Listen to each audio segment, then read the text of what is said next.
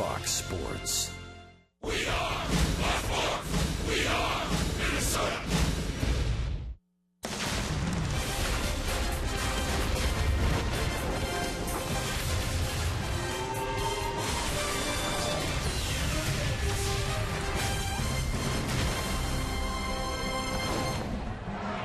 Last night, the Orioles thought they got the big hit in the game, a 3-run home run from Gerardo Parra that gave them a lead late. Generally, that's been good enough for the Orioles, but uncharacteristically, the Oriole bullpen gave up some late hits, although not many of them were very well hit. The Twins scratched across 3 runs in the 8th inning to retake the lead. The bottom line is the Twins have beaten the Orioles in all 5 games, thanks in part to a very good bullpen. Kevin Jetson stepping into the closer's role last night, and he was about as good as you can get, striking out the side. The Twins, with 2 wins here in Baltimore, have drawn closer in the wild card standings. 2 games out of a potential playoff spot, and now just a game and a half behind Baltimore as we get ready to play Game 3. And this Twins and Orioles series on Fox Sports North is presented by the all-new Chrysler 200, America's import. It is Game 3 between the Twins and the Orioles. The Twins swept Baltimore in Minnesota in July, and they're on their way to a really good series here in Game 3 tonight. It'll be Chris Tillman against right-hander Kyle Gibson of the Twins. It's a gorgeous night for baseball in Baltimore. Glad you're with us. Dick Raymer along with Bert Blyleven. The Orioles bullpen has been very, very good for most of the year, but so far in this series, it's been the Twins bullpen that has led the team to wins. Yeah, it was Tyler Duffy who worked into the 8th inning in Game 1 here, and T.J. Ochter came in, did a very good job to finish off that ball game. In last night's ball game, it was Trevor May, Casey Fiend getting to Kevin Jetson and setting up that big 9th inning where he struck out the side. So, yes, very good so far for the bullpen. And then after the game, the Twins added another veteran arm, left-hander Neil Kotz. Yeah, Neil Kotz coming over from the Milwaukee Brewers, and he has been in 51 ball games there, a setup-type lefty, and he is going to be well welcomed in that bullpen. Instead of being pushed to the brink of elimination in the wild card race, the Twins have reemerged as a strong candidate. They hope to continue their mastery over the Orioles tonight.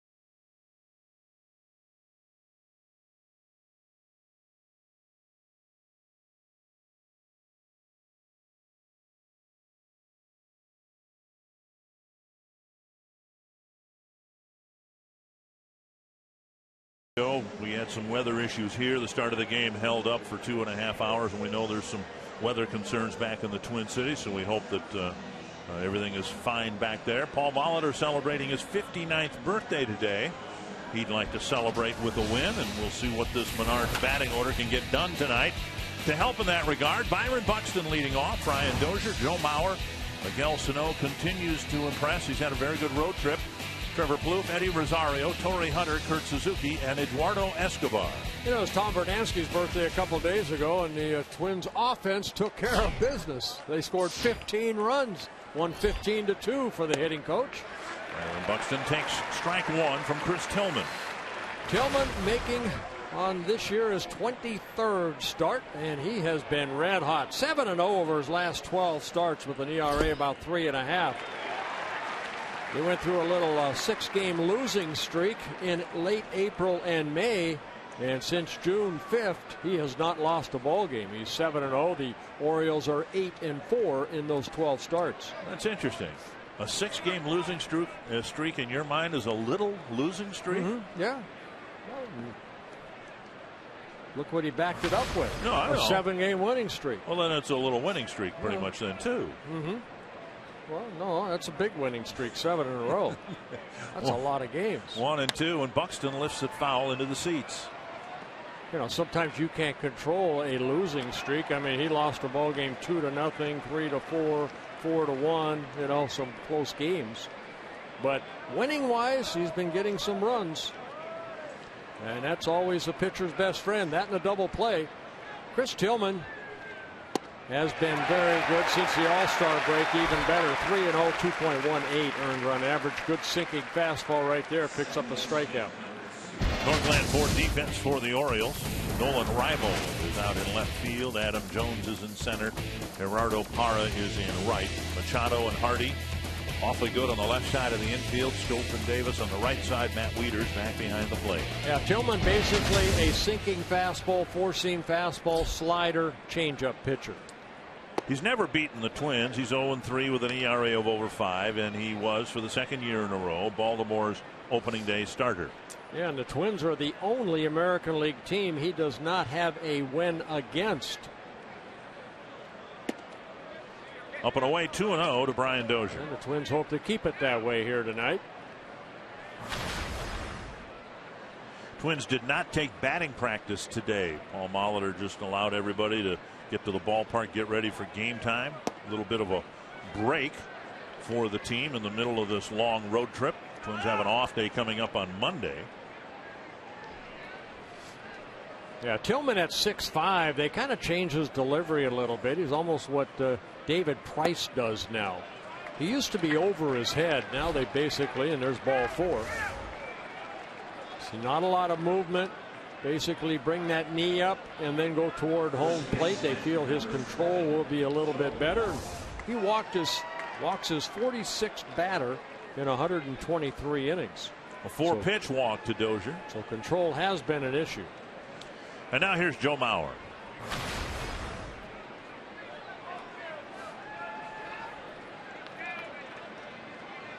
Dozier at first. And Mauer takes ball 1 down and away. Yeah, showed bunt right there.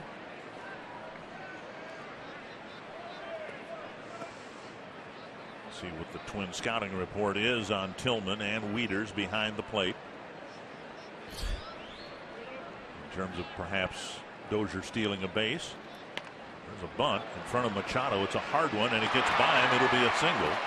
And Dozier takes a big turn at second base. If anything, the bunt might have been a little too hard, but in its own way, that made it a harder play for Machado. Well, you know what? On the first pitch, he showed he may lay it down, so he did it again, and I think this is an outstanding bunt. Machado was playing way off the line. You can see him right there. Even if he had come in and barehanded it, it would have been a tough throw. So a very well-placed bunt by Joe Mauer. Puts runners at first and second. Third bunt single for the Twins. Eddie Rosario dropped one down here 2 nights ago. Byron Buxton did last night, and now Mauer putting 2 men aboard for Sano. Swinging a foul, 1 strike. Miguel Sano, he has been red hot over his last 11 ball games. 5 home runs, driven in 14 runs, and hitting .359. He's hit 3 home runs on this road trip, and he hasn't really centered the ball yet. At the knees, now 0-2. Snow has never faced Tillman.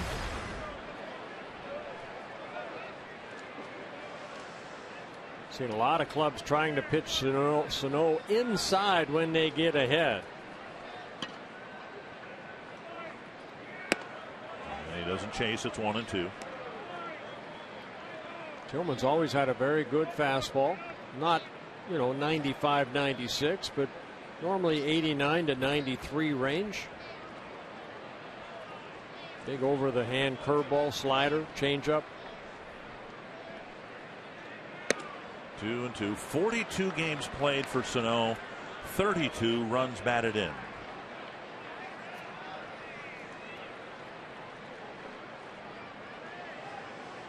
I'd expect to see Sano play third base tomorrow in the series finale, but he's the designated hitter tonight. To right field, and drifting back to the warning track is Parra, and he makes the catch. Dozier will tag and advance to third base.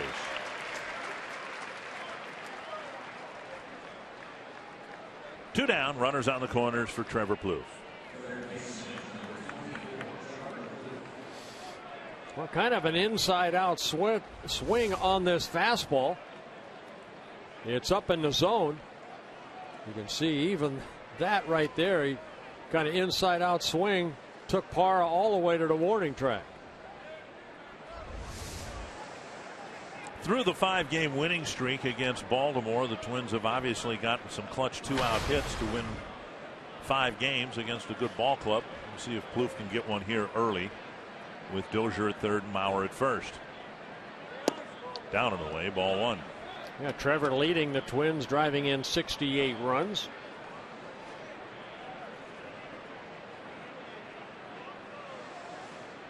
Led the Twins last year when he drove in 80.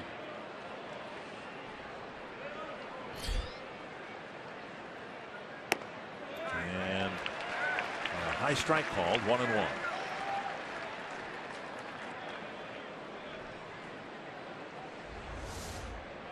the fastball. That was a high strike. Mark Carlson, the crew chief behind the plate here tonight. 17-year veteran. Nothing wrong with that high strike. You just don't want to pitch there as a pitcher too often because that's pretty hittable. There are the umpires.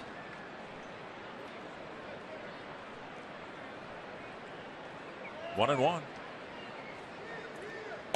Swing and a miss. 1-2.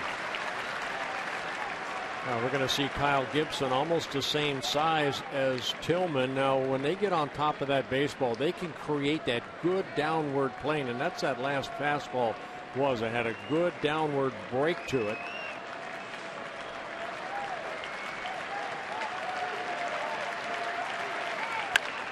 Laced to the shortstop. A line drive to Hardy. He got away with one. And the Twins will strand 2 runners in the first, and Kyle Gibson will pitch to the Orioles in the bottom of the inning.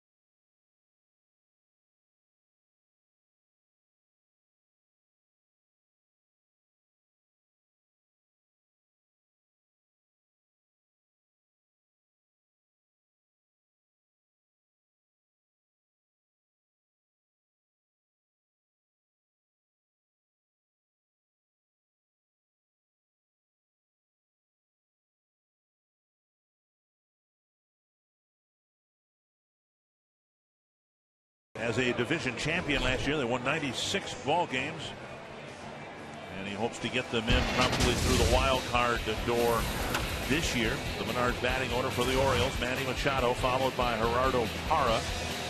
Most of his games against the Twins coming as a member of the Brewers. Then Adam Jones, Chris Davis, Matt Wieters, Jonathan Scope, Steve Clevenger, J.J. Hardy, and Henry Urrutia. Yeah, 27-year-old, 6'6" Kyle Gibson on the mound. His third season with the Twins, making his 25th start. This is his second start against the Orioles this year. He beat the Orioles back on July 7th in Minnesota 8-3, pitched 6 innings, 2 runs allowed in that outing. Just too many pitches, 108 pitches in the 6 innings. But he did pick up the win. Machado leading things off. Down and in, ball 1. And Gibson's been struggling since the All-Star break. He's 0-3 since the All-Star break over his last 6 starts. And you know what? We need to see some more ground ball outs from Kyle. When he is on, he gets a lot of ground ball outs. And as of late, he's left some pitches up. 0-3 over the last 6 starts, an ERA at 7.91. Chop foul. There's a good sinker there. In particular, he had a tough time with Brian McCann of the Yankees in his last start. Take a look at this foul ball. He got a lot of strikeouts here last year on that. See a little bit of movement down and in, even though Suzuki was sitting away. I mentioned Tillman at 6'5", Gibson at 6'6". Stay back, create that angle like that. 3-1. McCann hit a 3-run home run, and then in his next at bat got a 2-run single against Gibson, doing most of the damage for the Yankees against Gibson. Line to left, a base hit. Rosario with the retrieve, and Machado's aboard with a leadoff base hit. Northland Ford defense for the Twins. A rookie in left, a rookie in center, a veteran with a capital V in right. Plouffe, Escobar, Dozier, and Mauer, the infielders. Kurt Suzuki doing the catching. You're right. One of the problems Gibson's had is in situations like this through much of the first half, almost on call, he was able to get a ground ball double play, and there have been fewer of those since the All-Star break. Hey, still a lead with Mike Pelfrey for the major league lead with 24 double plays turned behind him. That's a fair ball. Suzuki looked at second and throws to first. The ball just barely rolled in front of the plate, and it looked like Suzuki might have had a chance at second base, but he declined and went to first. Machado pretty quick at getting out of that from first to second right there. Does Kurt have a chance? Yeah, maybe. But that's a decision right there. He decided, let's get the out at first. Parra will get credit for a sacrifice. 1 down, and now Adam Jones.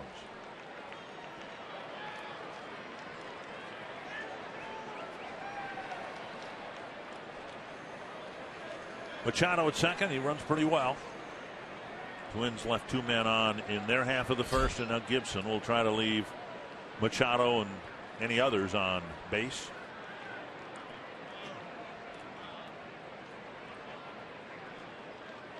Fouled away, 1 strike. It took a while. The Orioles were in the doldrums for a long time, and in getting Jones, they got a really good player and an eventual team leader. This guy is the guy for the Orioles. He was actually traded from the Seattle Mariners and today's starter Tillman for Eric Bedard. So pretty good trade for the Orioles. That trade negotiated by a former boss of yours, and now the guy running the Phillies, or will be anyway, Andy McPhail. Yeah, happening February of 2008 when that trade was made. 1-1 to Jones.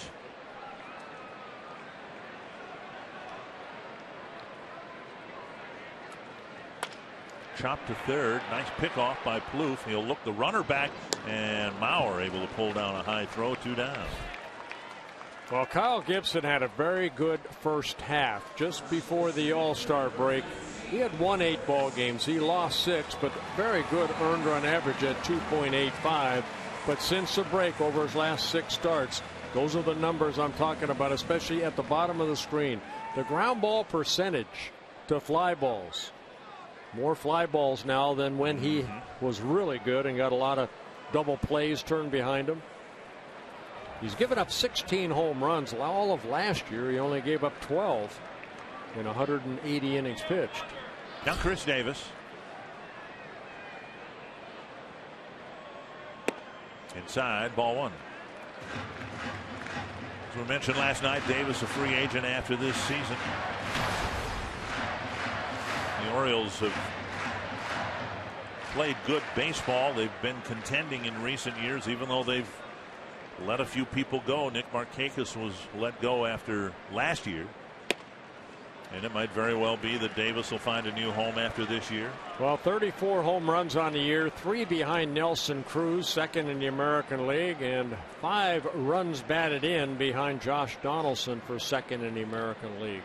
Cruz was let go, or not re-signed by the Orioles after last year. Right. 2-0 to Davis. The base is open, and there's ball 3. Wieters on deck. Well, you don't want to make a mistake right here. You have first base open. I know it's the first inning, but you've got a guy that can hit the ball a long way. And switch hitting Matt Wieters on deck. 3-0 to the cleanup batter. And he'll have the green light. Takes a strike. He'll have the green light if it's a pitch to his liking. There you see the home run leaders.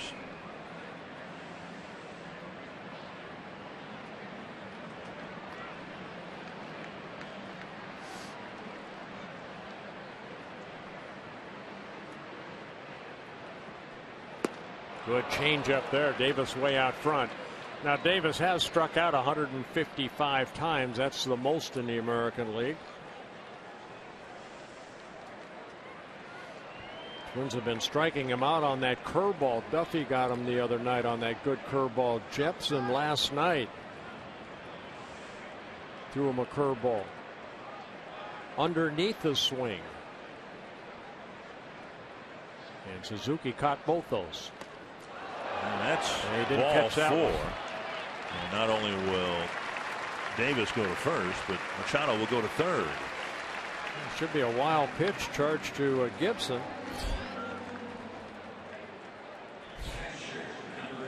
I don't know if that was a slider or a fastball he was trying to get in on Davis.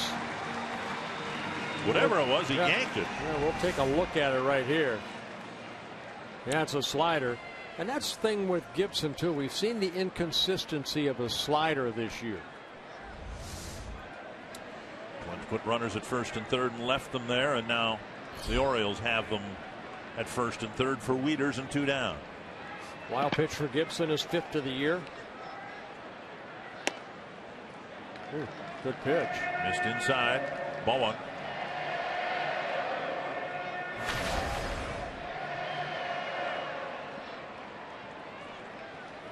Wieters, a switch hitter, hitting .267 as a left-handed hitter. 2 of his 5 home runs coming from this side of the plate. Gibson missing badly again. 2-0. Tommy Malone last night struggled in the first inning and then settled down. Didn't give up a base runner in innings 2 through 5. Yeah, but Tommy was just off the plate. He is missing an inch or 2 on both sides of the plate. Kyle's kind of all over the place right now.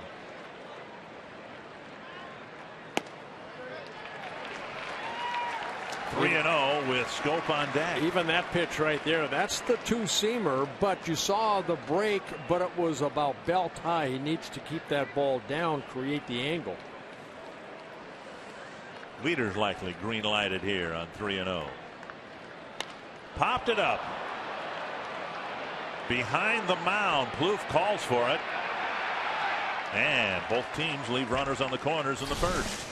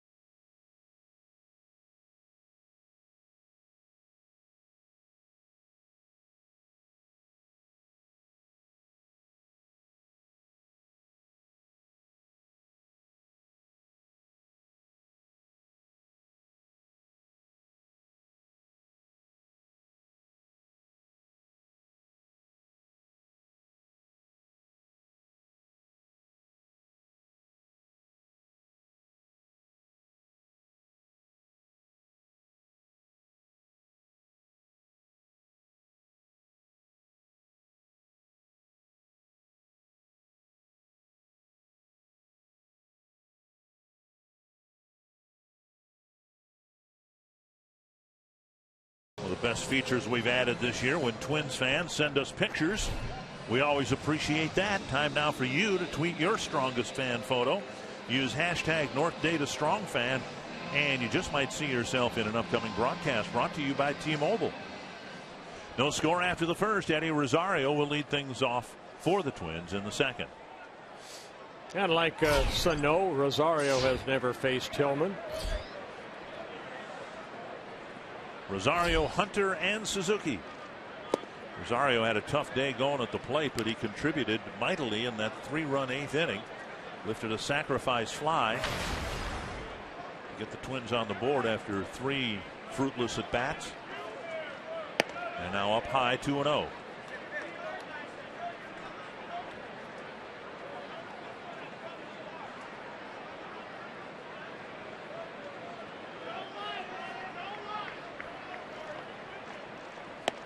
And a strike. It's interesting. You look at the Twins lineup and look who's hitting in the front 2/3.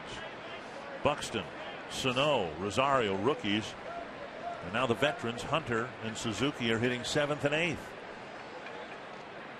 Swing and a miss, 2-2.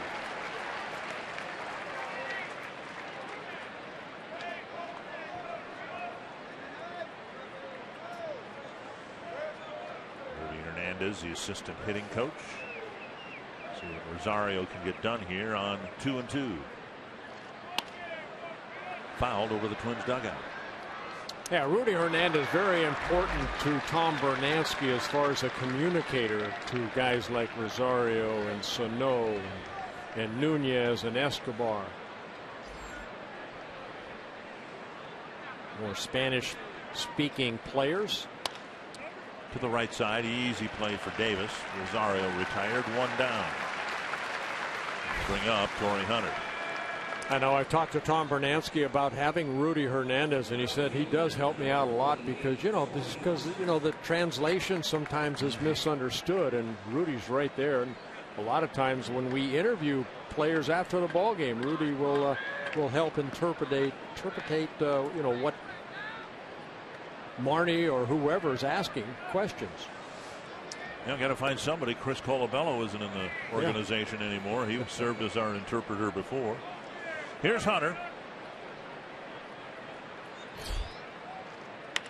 Little pop up, short center. Scope has it measured. 2 down. And we'll bring up Kurt Suzuki. Counting tonight, there are 40 games left in the Twins' schedule.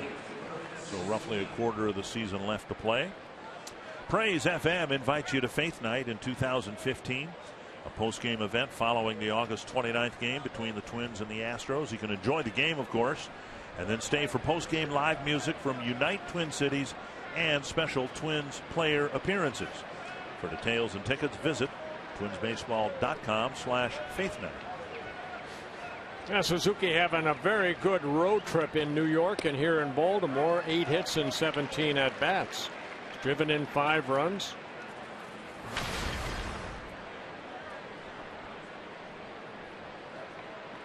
He got a base hit right in front of the second baseman, and then he got another base hit right behind the second baseman.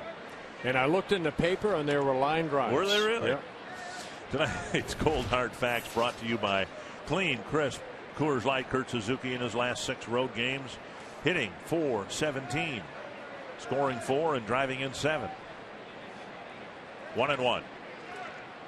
And now a liner to right and a diving catch in right by Parra.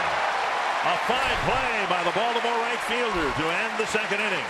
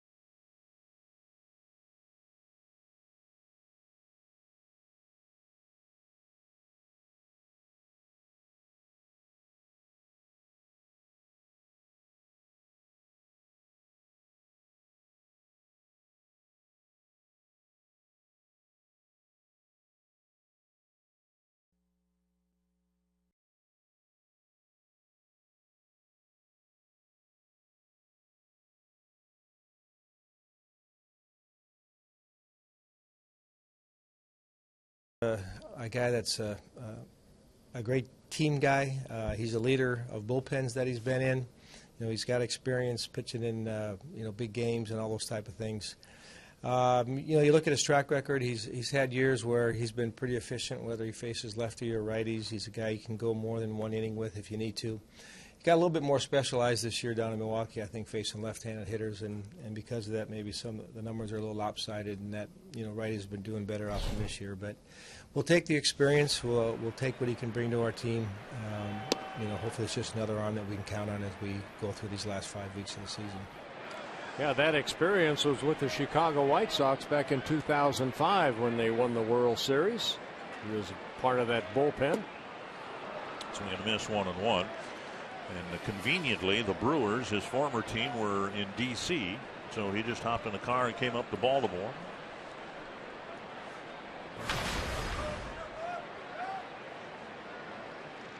For a player to be named later or Cash. Dave Cash, Norm Cash, which Cash was it? There's his resume right there. His career started with the White Sox in 2003. Also pitched for the Cubs, so spent a lot of time in Chicago. And then he had the Tommy John surgery, he had hip surgery. He was out of the game for almost 4 years between outings. And finally showed up again in 2013 with the Rangers. And then this year started the season with the Brewers. And now traded over. 2-2 to the leadoff man here in the second scope. Swing and a miss, sinking fastball. And Gibson gets his first strikeout. And there's that fastball I was talking about, the one he threw to Machado in the first inning. That fastball down and in. See the movement on that, and you saw the way that Kurt Suzuki caught it. How much movement that had, so Gibson picks up his first strikeout. One down in the second. Tillman had an easier second inning than first. Gibson hoping for the same. And there's a ball rolled up the middle, a base hit. Steve Clevenger, 15 hits, 37 at bats for the Orioles this year. And he gets a one-out single against Gibson. Let's find where exactly Marty Gellner is on this beautiful night in Baltimore. Just next to the Twins dugout again here tonight, guys. Following up, though, on Neil Kotz, he left Washington, D.C. this morning and took a car down here, as you mentioned, Dick, and said that he really is excited about jumping into a team that's in the playoff picture because of where the Brewers had been. He said this is totally different, and he feels like this is going to be a pretty fun month for him. He pitched last night, but he only faced one batter through 6 pitches, so he said he's ready to go tonight.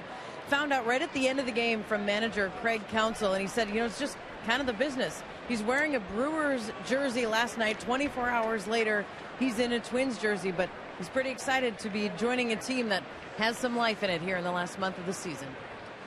Yeah, thank you, Marty. On the outside corner, a strike. Paul Molitor said during his media session today that a lot of Brewer names were mentioned prior to the trade deadline, and then you think back, look at all the Brewers that were moved, and Kotz just the latest. Aramis Ramirez, Gerardo Parra here in Baltimore. Inside, 1-1. A couple of guys the Brewers probably wish they could move, but haven't, at least yet. Garza and Kyle Loesch. Yeah, Loesch right now in the bullpen. As the Brewers, talking to Bill Schroeder before the ball game, have 4 off days coming up here, and they're going with a 4-man pitching staff. So Kyle Loesch, who has been struggling, is in the bullpen, and he picked up his first major league save last night as they beat the Washington Nationals handedly. I believe it was 10-3. Loesch with a 3-inning save. Yeah. Gio Gonzalez. See if Gibson can get that ground ball double play here and get the Twins off the field in the second. Inside. 2-1 to Hardy. The last couple pitches has been that sinker down and in. Gibson again, 24 double plays turned behind him. J.J. Hardy having an off year, hitting at only .221. Came into this season his 11th, a .261 hitter. Runner goes, and plenty of time. Hardy not running well at all in the hole. Escobar made the catch.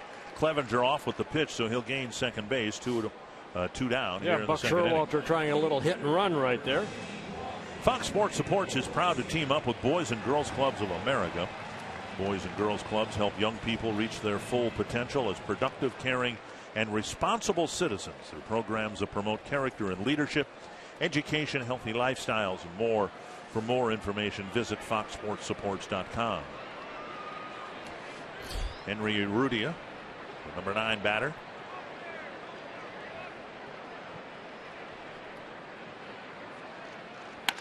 That's to left toward the gap.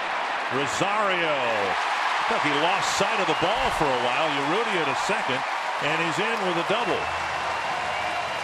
Either he stumbled or lost sight of the ball, and the first run of the game goes to Baltimore. Urrutia jumping on that first pitch, and that's his 6th run driven in already, and this is his 7th game for the Orioles.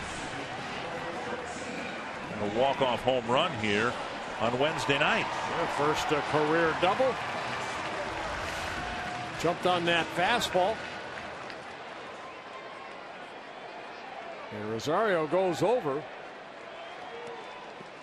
I don't know if he would have been able to catch up to it, but did knock it down, and Buxton played behind him and got it back in.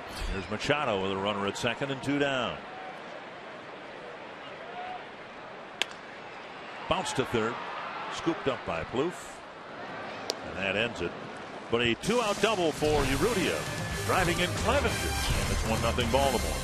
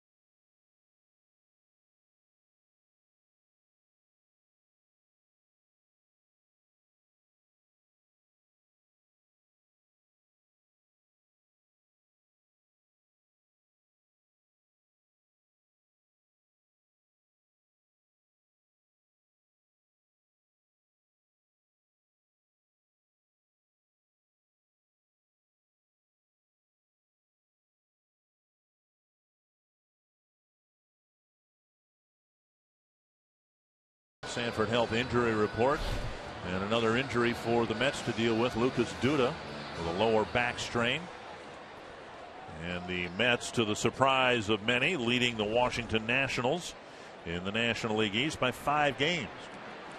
And Yoenis Cespedes in Colorado had a big game, 3 home runs, 7 runs batted in. Here's Eduardo Escobar leading off the Twins' 3rd, and they're strike 1.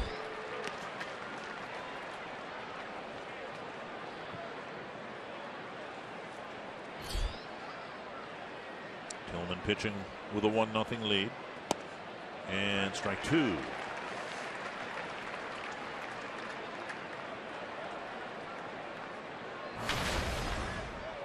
Escobar, Buxton, and Dozier in the Twins' 3rd. 1-2. Twins had a threat. They took a walk. Dozier did on 4 pitches. Mauer with a bunt single. Ended up leaving runners at 1st and 3rd in the 1st. And then Tillman came back with a 1-2-3 second inning.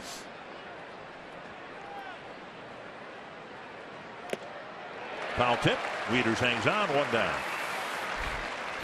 And Tillman picking up his 2nd strikeout. Center field. Tillman, an all-star for the Orioles in 2013. He ended up winning 16 ball games in 33 starts. Last year, a 13-game winner. Comes into this ball game with 9 wins in his first 23 starts. Buxton struck out swinging his first time up. Off the plate, ball 1. 49 at bats for Buxton, 10 hits, 18 strikeouts. On the roster because Aaron Hicks was put on the disabled list and eventually sent home to Minnesota, mild hamstring strain, and the hope is that Hicks will be ready to go when the 15 days are up. And then the fun begins for those of us who are looking for the potential of a really athletic outfield with, let's say, Buxton in center, Hicks in right, and Rosario in left. Swing and a miss, 2-2. Good slider right there by Tillman.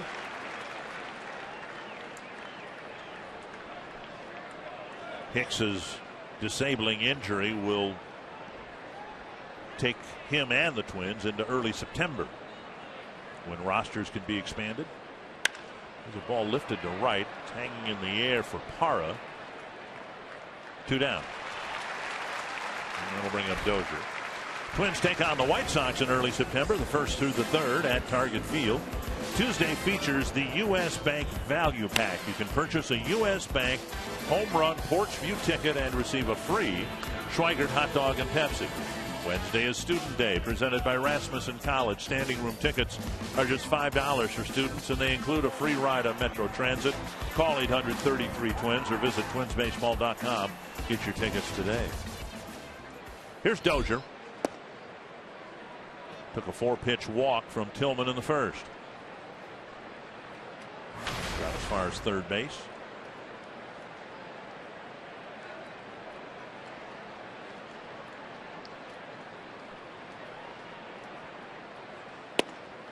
An important, now less than 24-hour period, but a day game tomorrow, and the Twins have won the first 2 games here. If they could find a way to win the final 2 games here, they could find themselves, depending on what happens elsewhere, of course, but they could find themselves in a tie for that second wild card spot.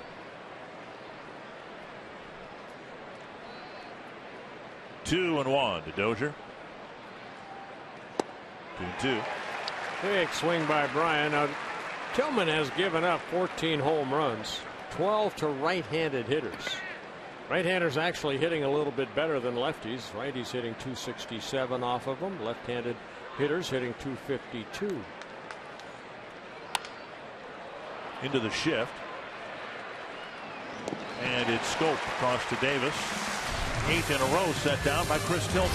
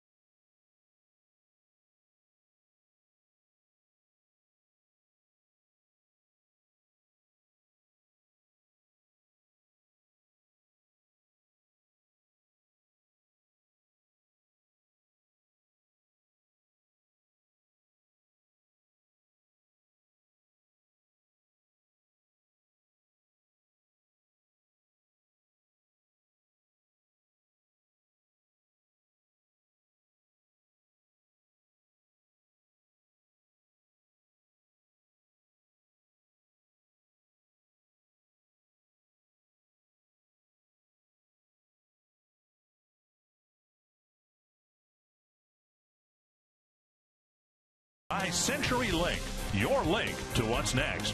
By NorthlandFord.com and your local Northland Ford dealer. And by Grand Casino. The best stories start here.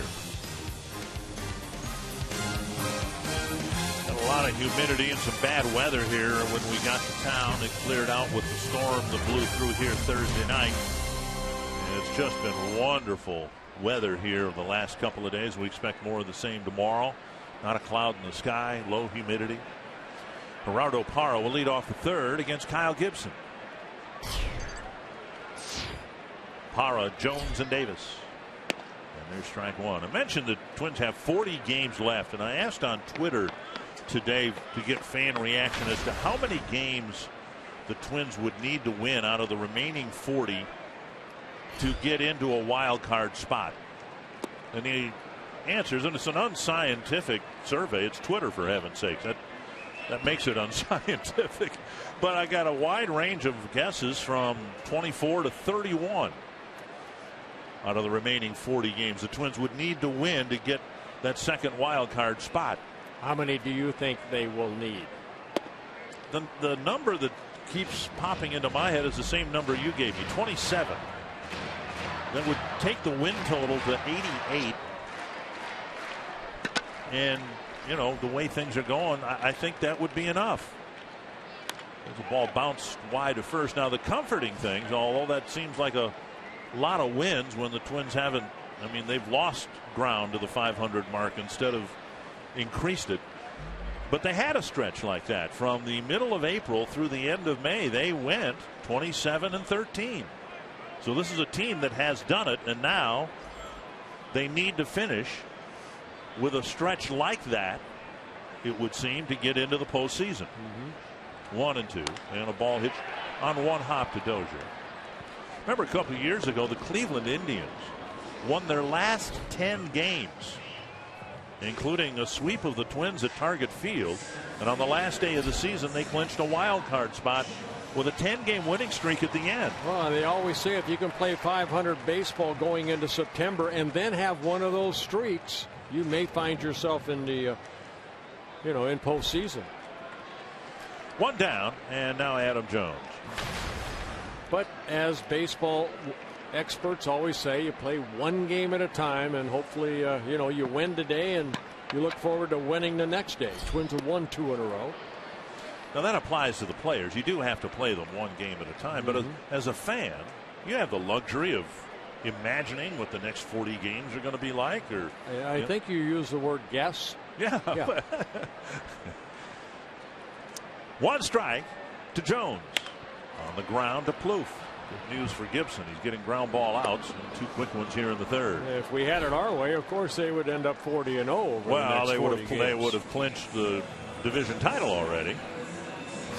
Well, so far we said Kyle Gibson needed some ground ball outs, and so far 6 of them. And only 1 fly ball out. 2 down, and now Chris Davis. That is when Kyle is at his best, too. And, Kyle's leading the staff in strikeouts with 106. It's not a strikeout staff. But Kyle, to me, a type of pitcher, he wants to retire that batter at the plate in 3 or 4 pitches. Like that. That's 1 pitch. Outstanding. And from short right field, Dozier throws him out. Great inning. Parra, Jones, and Davis all retired on ground balls. You're watching the Twins and Orioles, presented by Chrysler.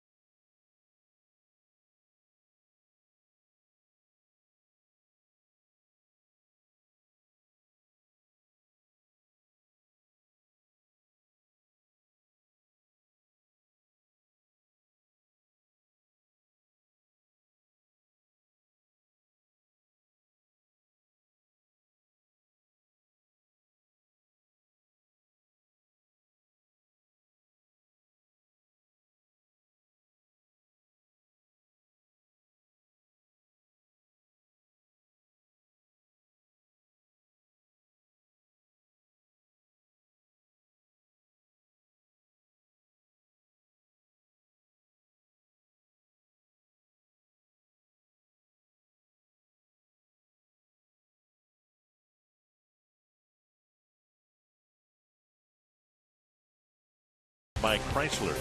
Enjoy your summer in style with great deals at the Chrysler Summer Clearance Event. Summer slipping away from us. It is August 22nd, young man, and we're almost into September, and fall is right around the corner. It's going to be snowing in no time. Joe Mauer will lead things off. Thank you for that. You'll be in Florida. Mauer, Sano, and Plouffe in the fourth, facing Chris Tillman. Yeah, Tillman's retired 8 straight Twins. And a first pitch strike. Mauer had that bunt single in the first inning. And Machado at third base, playing about the same place. You know, here in Baltimore, they don't have a lot of room between the foul lines and the grass. They don't have a lot of dirt area. So if you can lay down a ball right down and keep it on the grass, you know, in Minnesota, you know, Target Field, you've got probably, what, a couple feet between the foul line and the grass once the grass comes. But here, not much room. Slap foul, something that Paul Molitor pointed out to Eddie Rosario on Thursday. And wouldn't you know it, Rosario pushed down a bunt, kept it in the grass, got a base hit. Buxton did the same thing yesterday. I thought that was a great play by Joe Mauer in the first inning, just to bunt that ball. If they're going to give it to you, take it. Checked his swing, 2-2. It's hard now with 2 strikes because you don't want to bunt it foul, and that would be a strikeout.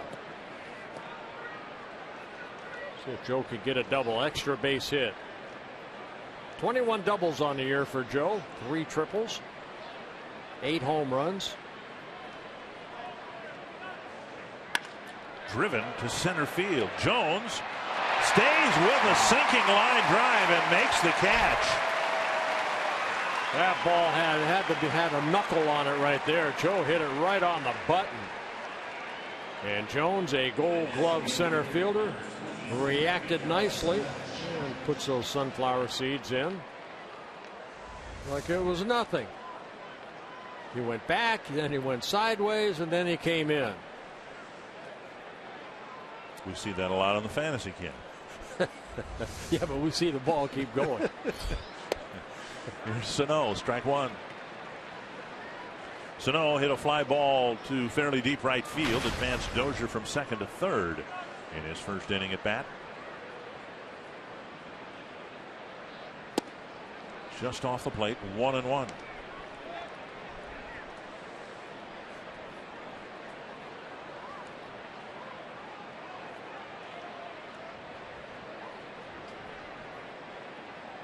And now up high.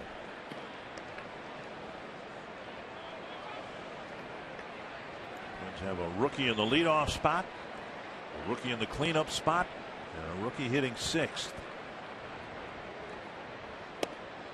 And Anthony's 2-2. Good fastball, good location down.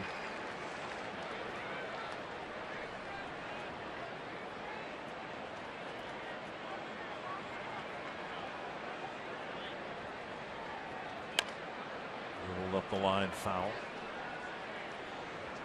Again, the Twins swept the Orioles in early July at Target Field. That was a series in front of the Detroit series, where the Twins won the last 3 games leading into the break. What a good homestand. And the challenge has been, and they haven't met the challenge yet, to play as well after the All-Star break as they did before. And Sano on an off-speed pitch strikes out, 2 down. That looked like a slider. He'd been throwing the curveball, and that one just kind of kept going away from Sano. Take a look at this pitch right here. Almost like a cut fastball, outer half of the plate. And same thing, slider, cut fastball, slider, about the same. And Tillman picks up his 3rd strikeout. 2 down, and now Trevor Plouffe. Strike called. Plouffe hit a rocket with 2 on and 2 out in the first. That one may have knuckled on its way out to J.J. Hardy, but Hardy, like Jones earlier this inning, stayed with it, caught it for the final out. And now the outside corner is called. And it's 0-2.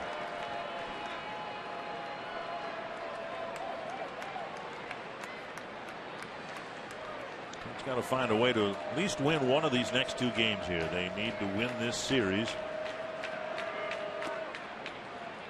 Fox Tracks presented by Jeep. Orioles started this series 3.5 games ahead of the Twins in the wild card standings, and the Twins have taken 2 games off that lead.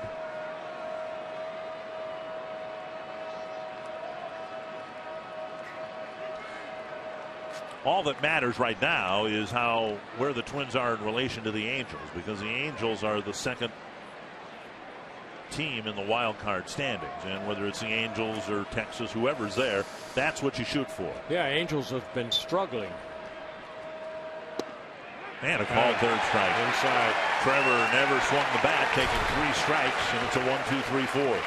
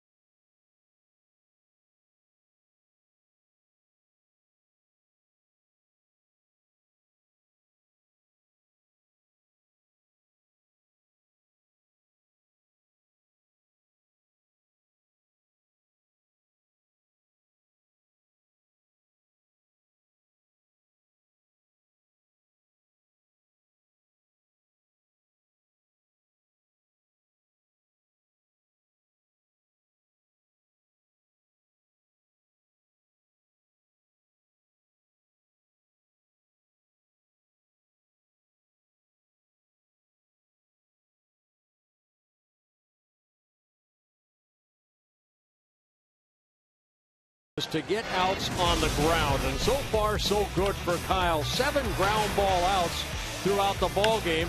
1 fly ball out. He's given up 1 run on a couple singles, a double, but a lot of outs hit on the ground, and that's a good thing for Kyle.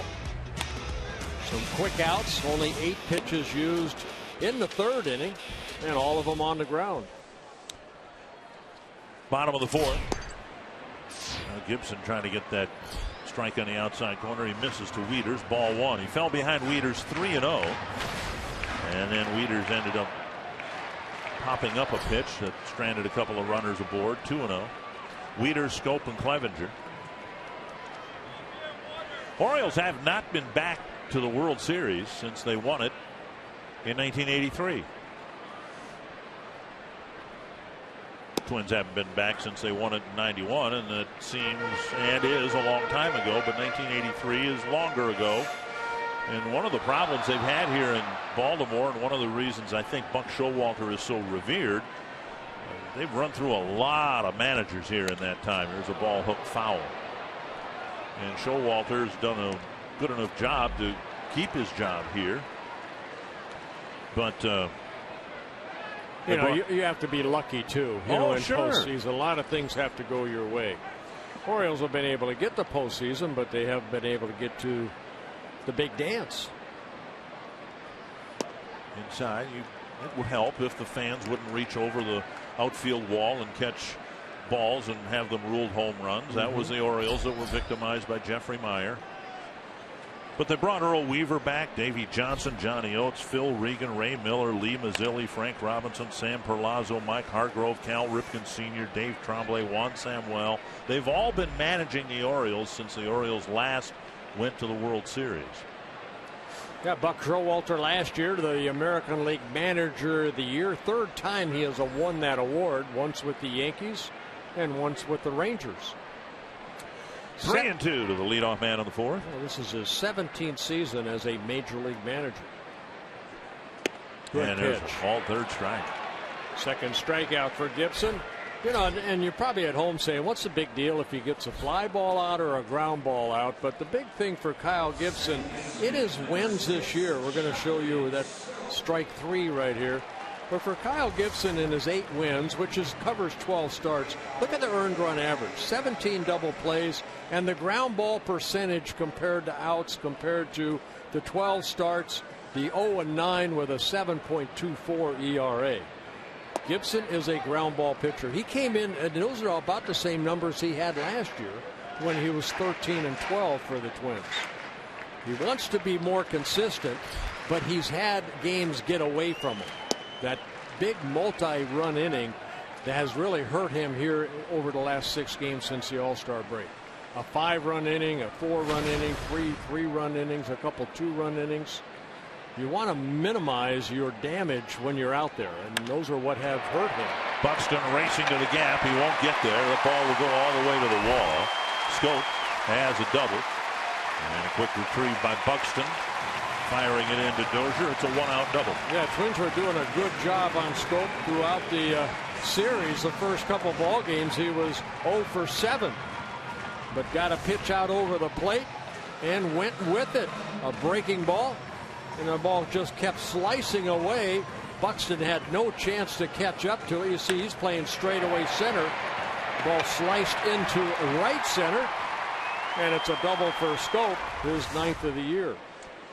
And now Steve Clevenger, who's given the Orioles a boost since being added to the roster. 15 hits, 37 at bats. He got a single and scored a run in the second.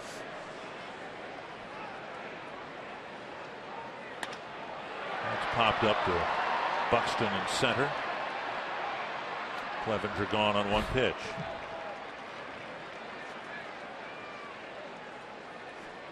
And before J.J. Hardy's at bat, our Carsoup.com trivia. Who was the last Oriole player to win an American League batting title?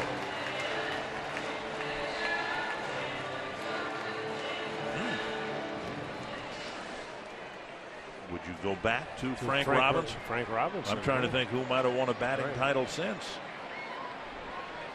Robinson before Miguel Cabrera, in my book, the last true Triple Crown winner. Of Harmon Killebrew tied Yastrzemski the next year in 1967 in home runs. 1-0 to Hardy with a ground ball to short his first time up.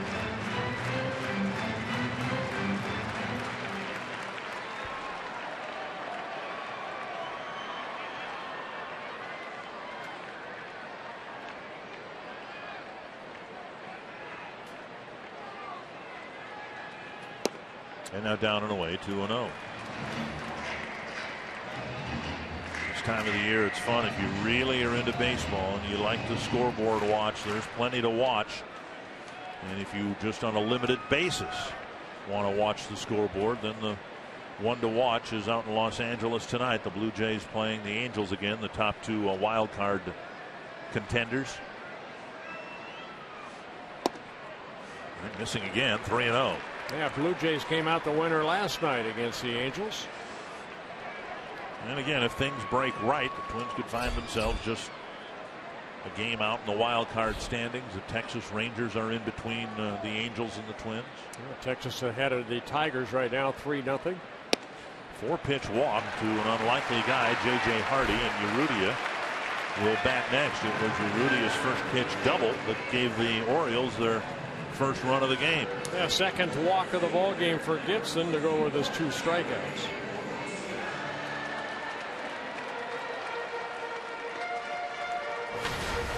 Gibson had a 1-2-3 third. And now he'll go after the number 9 batter, Urrutia. Yeah, Urrutia was hitting well down in AAA. This is again only his 7th game this year for the Orioles, getting called up on the 15th of August. Hitting .292, 10 home runs in 107 games. He was up with the Orioles in 2013, played in 24 ball games, 16 hits in 58 at bats. Ball 1 to Urrutia.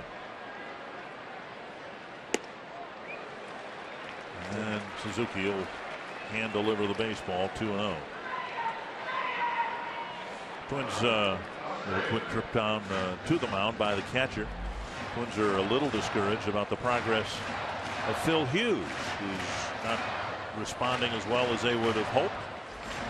Back home in the Twin Cities, probably watching, but his back still giving him some trouble. Yeah, he had some back issues when he was with the Yankees, and last year no back issues and had a very solid season. So sorry to hear that that back is flared up again. Twins need him back. On the outside corner, 2-1. But it also opens the door for Tyler Duffy to get some more starts in. And he's pitched well.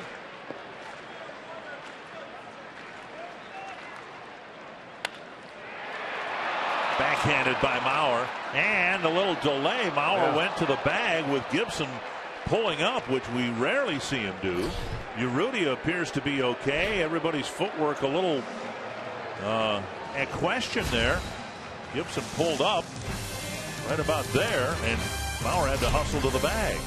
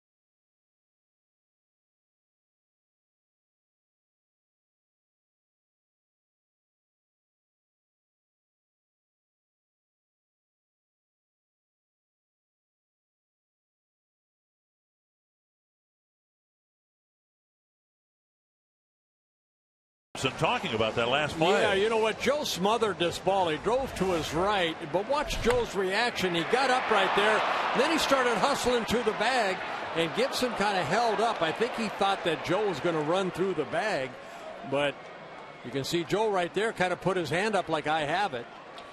And then the bang play, Urrutia and Joe making contact. I think Urrutia stepped right on his foot. Rosario takes strike one. The Twins have just one hit through 4 innings against Chris Tillman. It was a bunt single by Mauer. Rosario hit a ground ball to first his first time out. On the outside corner, 0-2. Let's take a quick look right here. Joe's got that foot on the bag. No, he just made contact with Urrutia, and Urrutia went down. Yeah, 11 straight retired by Tillman. And 3 pitches. Rosario will head back to the dugout. 3 straight strikeouts. Strikeout number 5. 1 down. That'll bring up Hunter.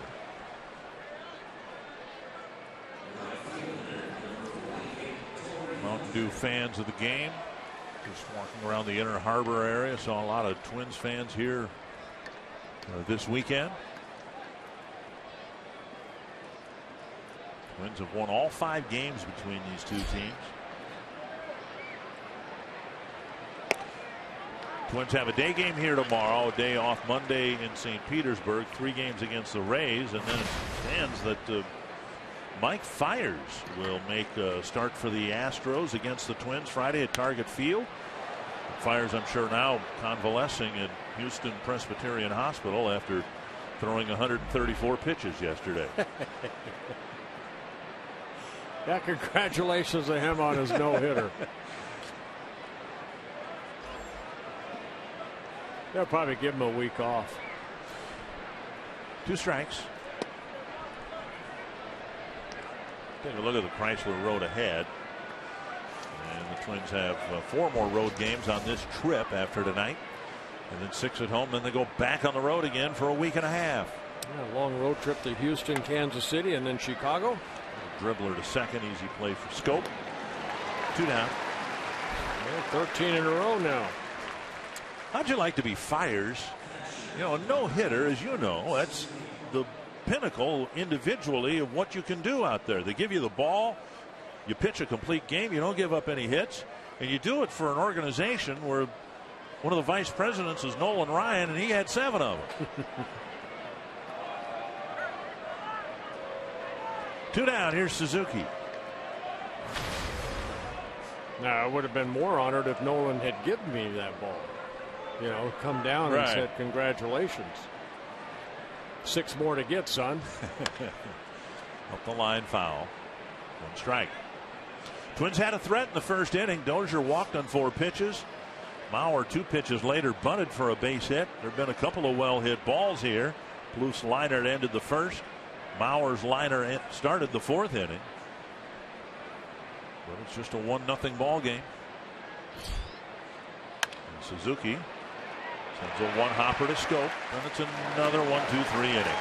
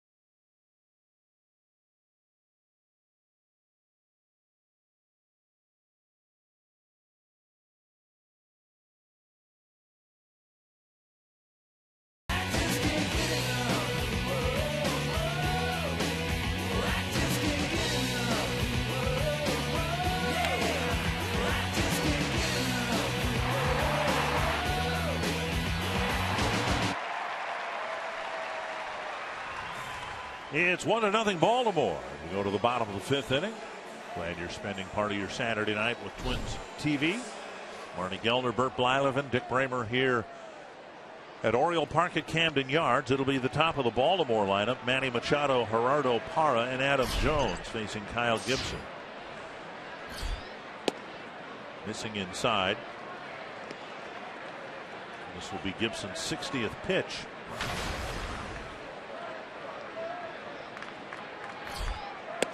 And a strike. He figures to have 7 more starts after tonight, and if he averages about 7 innings per start from here on out, he'll be the only Twins pitcher to get to the 200 inning pitched level. 2-1.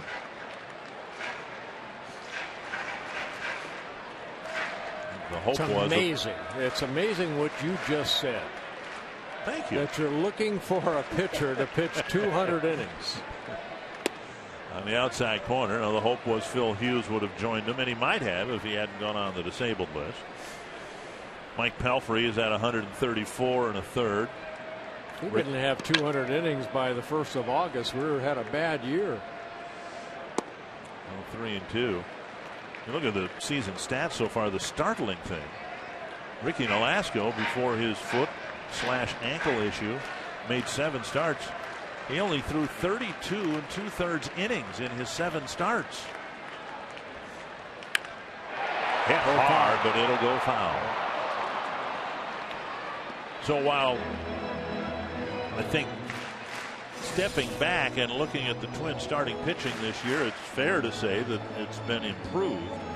There's still a ways to go in terms of getting these guys more consistent and more durable, more reliable in terms of getting. Here's a ball hit to the nice play by Dozier as it goes to his left, and Mauer digs out a throw, 1 down. Tell you what, we talk about the Gold Glove winners here in Oakland. There are 5 of them in tonight's ball game, but Brian Dozier should have one in the making hopefully soon. He does a great job at second base. Right there, the little pop up, and then the quick throw over to Mauer. The guy can play some second base. 1 down in the 5th, and Parra will bat. You know, the Twins are looking forward to a rotation where they can count on 3 guys getting to the 200 inning pitch mark, and then you try to fill in the blanks behind them. And maybe your 4th guy can do that too. 1 strike.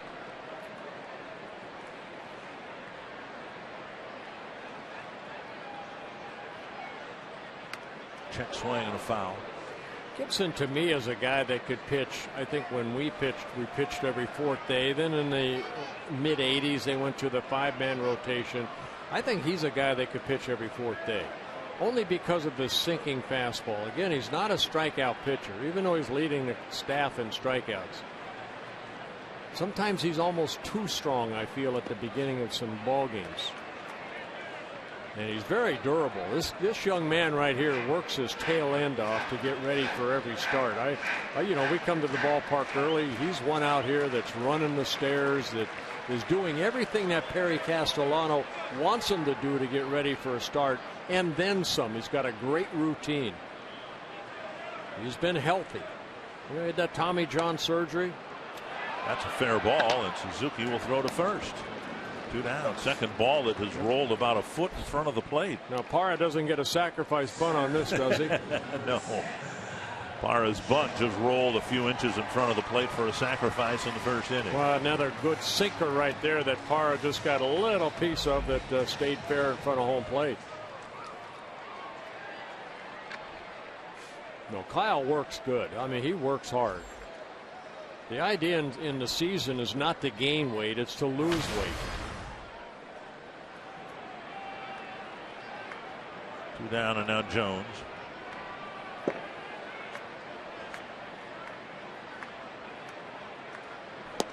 Big swing and a miss.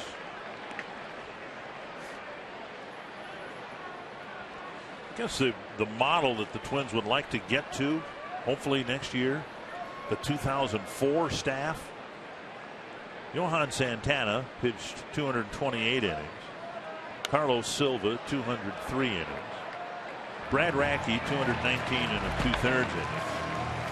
Kyle Lohse just missed the 200 pitch level, 194. When you've got that, that's when you've got the feeling in the clubhouse that every night out, your guy gives you a decent chance to win a game. 2 strikes to Jones with 2 gone in the 5th. Backhanded by Suzuki.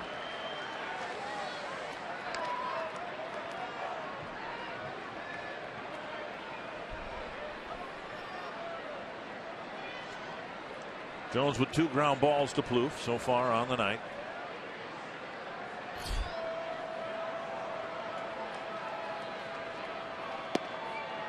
Now 2-2.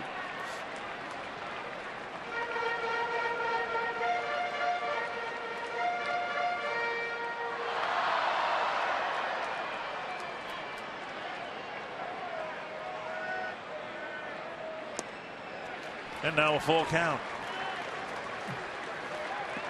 Oh, what happens when starters don't go at least 6 or 7 innings, and you said if he averages 7, that puts wear and tear on the bullpen. I think we've seen that in the second half. It's the 21st game here in the month of August, and the Twins have had only 7 quality starts. Tap foul. The Twins, as we discussed in New York, managed to win 2 out of 3 in the Cleveland series, but they're bringing Tommy Milone off the disabled list. Tyler Duffy was recalled to make a start. The Twins had a bullpen game in the opener. Trevor May went 3 innings. And when you have short starts for one reason or another, sometimes the after effect comes in the next series or the next week. 3-2. Fly ball center field. Buxton trots in. A rare fly ball out, but a 1-2-3 inning for Gibson. It's 1-0. And you're watching the Twins and Orioles presented by Chrysler.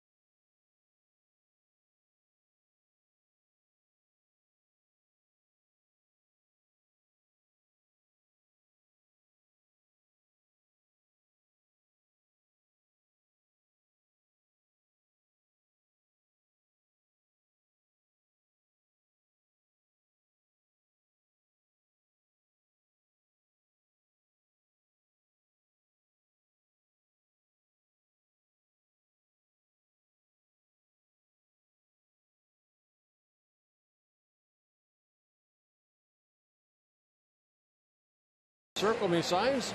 You may get circled just like that, and you might find yourself in a Minnesota Lottery winner's circle, where you could win $100 worth of lottery scratch-off tickets, courtesy of the Minnesota Lottery. Well, the Twins are right where the Orioles were last night against Tommy Milone. And they kind of ambushed Milone in the 6th inning, starting with the number 9 batter. And the Twins have their number 9 batter, Eduardo Escobar, up. Span of 3 pitches. Milone gave up 3 runs. Let's see if the Twins have something similar in mind. Ball 1, now ball 2. Escobar, Buxton, and Dozier facing Tillman, who has retired 14 men in a row.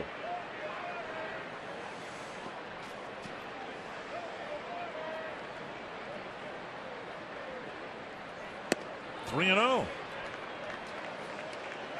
Twins 61 and 61. At one point last year they were 61 and 81. See if they can get back above the 500 mark this year or tonight. There's a strike. 3-1. Team that was at one point 11 games above the 500 mark, 10 games above the first day after the All-Star break. 3-1. Popped up, out of play. 3-2. Escobar struck out on a foul tip leading off the 3rd inning. Yeah, Tillman's had only 1 walk in the ballgame. That was Brian Dozier, the 2nd batter of the ballgame. 5 strikeouts. And that's punched to left center field. Down for a hit. Escobar will round first. Fumbled in center by Jones, and Escobar will gain second base. They'll give him credit for a double.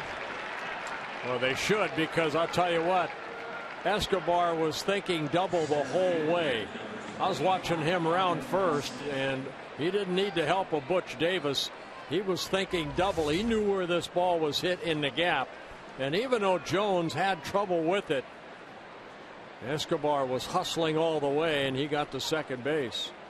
Sometimes you have to step on the ball right there, Adam. But watch him right there. He's going all the way. So nice base running by Escobar, being aggressive. Twins get their second hit on Bunted in the air, and Buxton has one strike. Escobar getting his 20th double of the year. Second time we've seen Jones look up, trying to retrieve a base hit last night on Suzuki's base hit in front of him in the 8th inning. He tried to barehand that, remember? Right. And here's Buxton in a big at bat, trying to get Escobar to third base. First pitch was bunted at. Buxton did get a bunt single last night. Better bunt. And Buxton is retired at first. I don't know about that. Yeah, Scope was a little late getting over there. I think this will be challenged from up here. It looked like Buxton beat it out, although he's heading back. No, now they tell him to wait.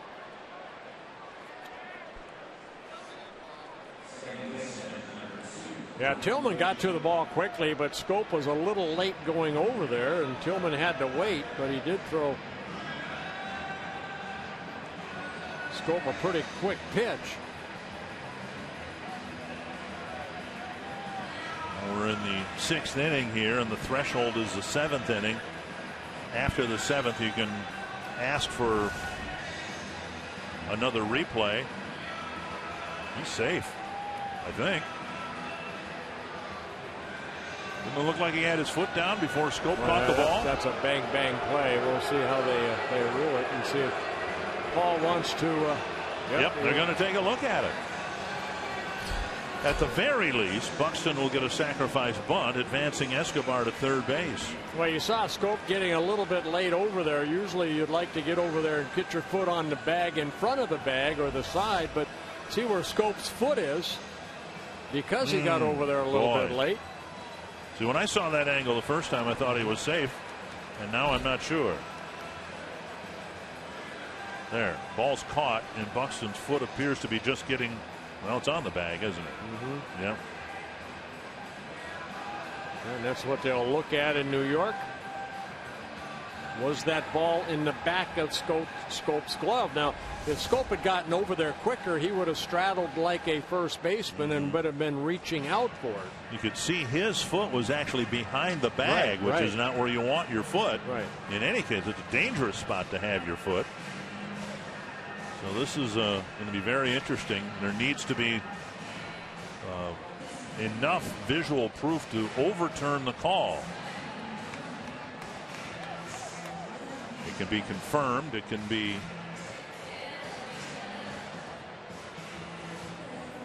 overturned. And this is a close one.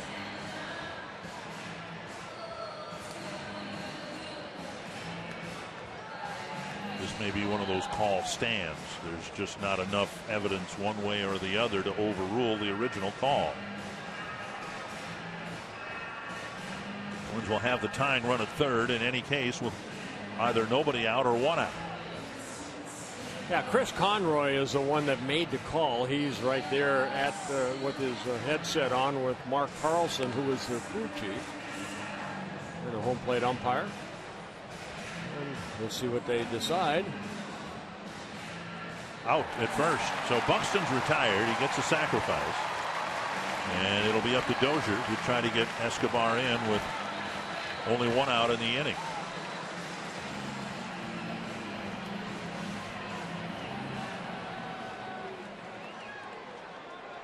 Call stands.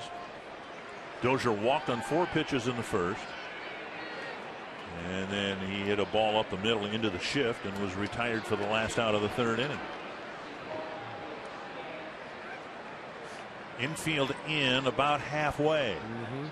Dozier takes up.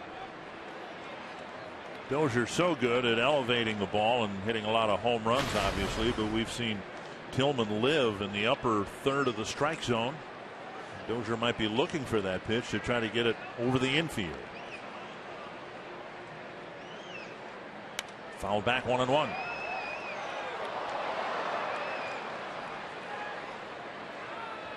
'62 runs batted in for Dozier.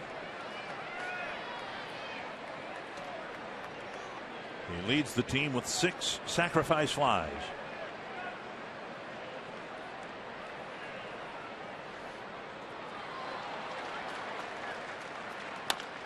Headed up the middle and through for a base hit. A single ties the game. Escobar in from third base. Yeah, I was surprised that Escobar kind of hesitated at first base as he saw where Hardy was playing. And Escobar held up a little bit, but he does score the tying run. Fastball down. Brian taking it back up the middle. Out of the reach of the infielders in the center field. And for Brian Dozier, 63rd RBI in the year. And now Mauer with a bunt single and a line out, a knuckleball out to Jones in center field. That's good execution by the Twins. A leadoff double, the sacrifice bunt by Buxton, and Dozier drove him in. Dozier leading the team in stolen bases, but with just 10. Now Tillman keeps an eye on him right away with Mauer at the plate. Yeah, Tillman, there's only been 3 stolen bases off of him in 4 tries. Mauer takes strike 1. A pretty quick home. Last year, Dozier stole 21 bases, hit 23 home runs.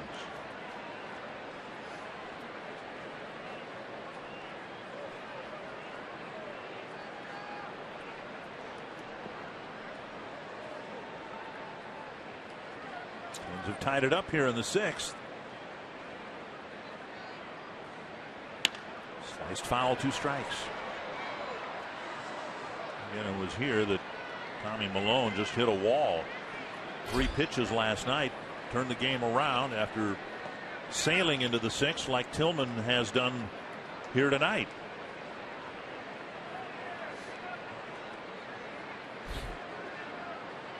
Casey Keene did a nice job getting the Twins out of the inning, and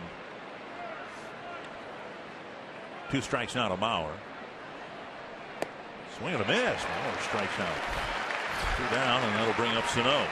And Tillman picking up his 6th strikeout. Mauer for the first time. Just threw the fastball by him.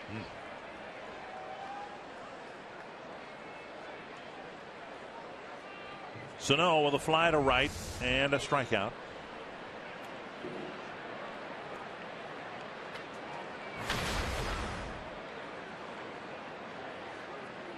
Open in, ball 1. For Tillman, this is start number 141 in his career. He has 54 wins, 38 losses. He has 2 complete games, 1 shutout. That shutout coming last year against the Kansas City Royals, a 5-hitter.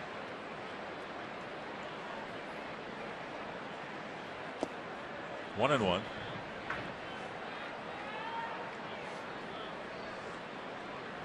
Tillman coming off a start last Monday against the Oakland A's here, where he worked 7 innings, only gave up a couple runs through 101 pitches.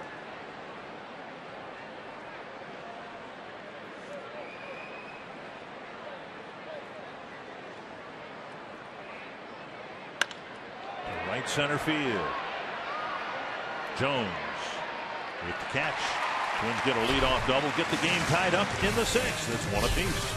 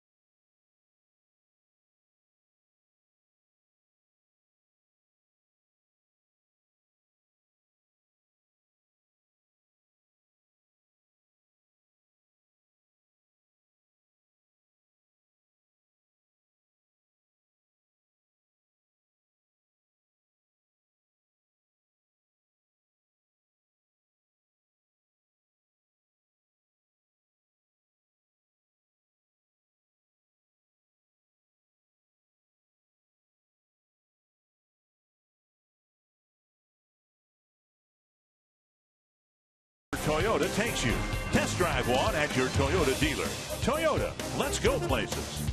By Sanford Orthopedics and Sports Medicine, for the everyday competitor in all of us. And by McDonald's, with $1.69 iced coffees and 69-cent vanilla cones, you can get totes, treats, excited all summer long at McDonald's. Brian Dozier's one-out single tied the game in the top of the sixth, and now Kyle Gibson will face the middle of the Baltimore lineup. Davis, Wieters, and Scope in the bottom of the inning. Not a lot of hits in this ball game. 3 for the Twins, 4 for the Orioles. Outside ball one to Davis, who drew a first inning walk and then bounced to second in the third.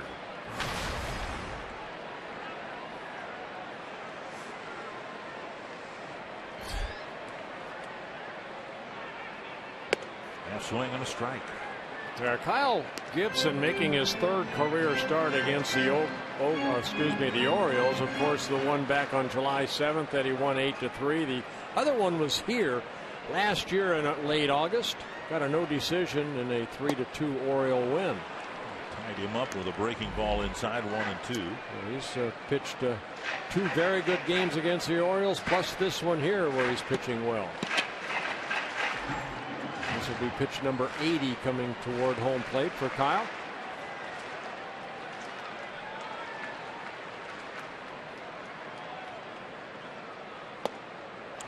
Two and two. We referenced the Indians a couple years ago, and they played really good baseball in the second half.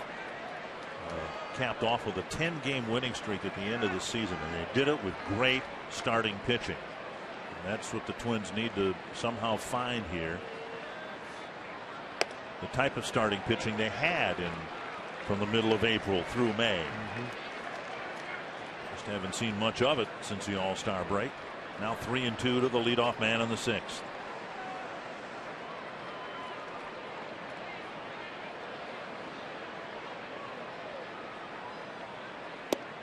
Just missed the inside corner, and it's a leadoff walk. Second walk issued to Davis. 3 walks so far issued by Gibson. Tried to go inside on Davis. Not missing by much. Wieters popped up on a 3-0 pitch, leaving 2 men aboard in the first, and then he was called out on strikes in the fourth.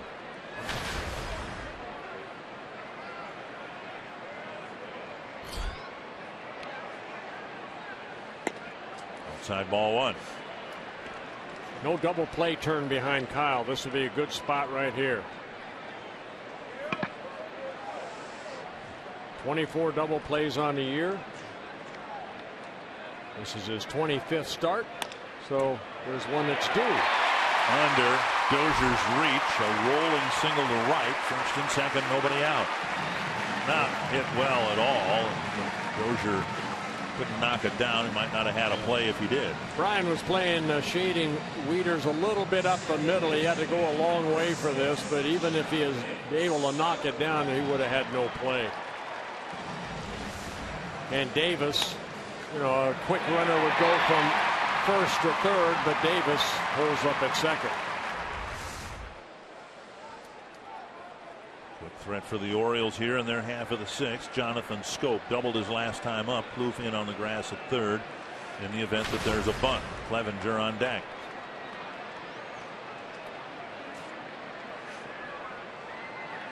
Scope on the season does not have a sacrifice.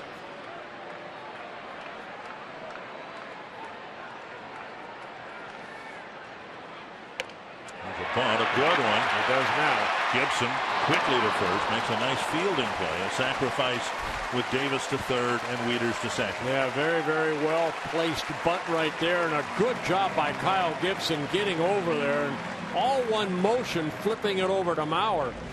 What makes the play is watch Kyle get his body ready to make a quick throw. That was an excellent bunt. But Kyle, a very good fielding pitcher. Now one down, first base open. Clevenger the batter, a single and a run scored in the second, and a fly ball to center in the fourth.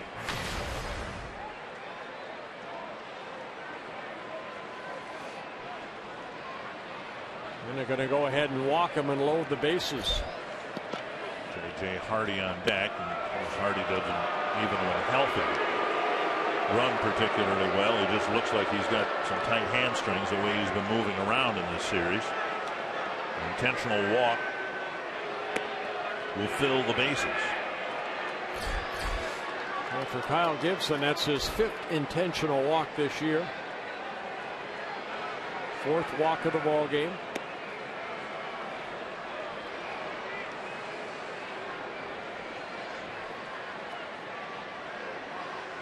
So an unintentional walk, a rolled base hit through the hole on the right side. Now an intentional walk, sandwiching a sacrifice bunt. And Hardy comes up, a bouncer to short, and a walk so far for the Orioles shortstop. There's some action in the Twins bullpen as Dunsing and Fiend start to loosen up. J.J. Hardy has hit into 9 double plays this year.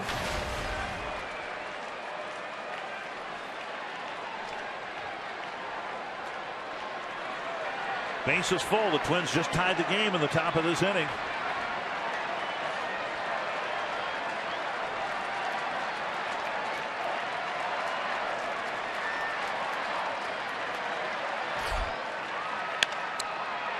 Foul by inches. Wow.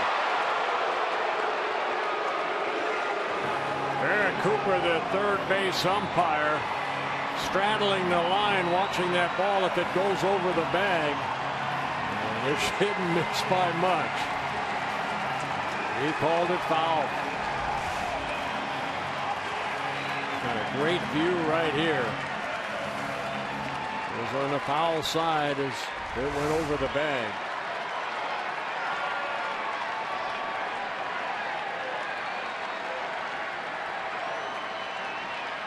One strike to Hardy.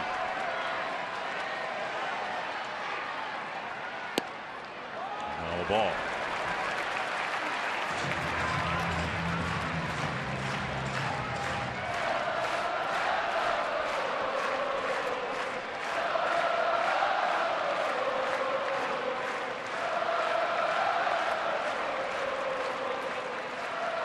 Hardy with that little bit of open stance. Suzuki sitting down and away, and missing with the breaking ball down and away.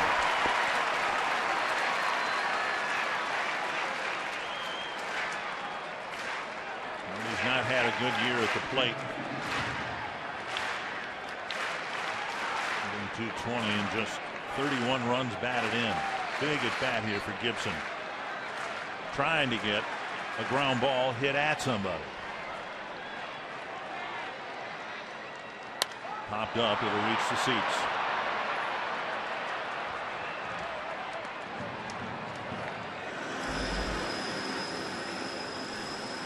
Hardy strikes out about once every 5 at bats.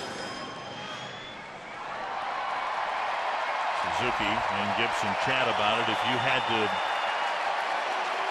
name a strikeout pitch for Gibson, what would it be? Well, we've seen him with that sinker down. I'm going to go sinker down. He's inconsistent with that slider. You really don't want to go 3-2 here. He has to trust that sinker, I think, out over the plate. You don't want to try down and in, because if you miss, it's 3-2. You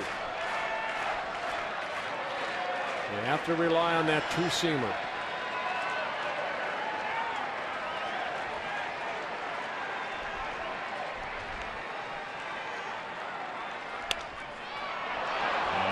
Sinker down over the middle of the plate, pulled foul again. I think that was a changeup. It also has some good sink on it, and Hardy a little out front. Good location of this pitch. It's an off-speed pitch, that changeup.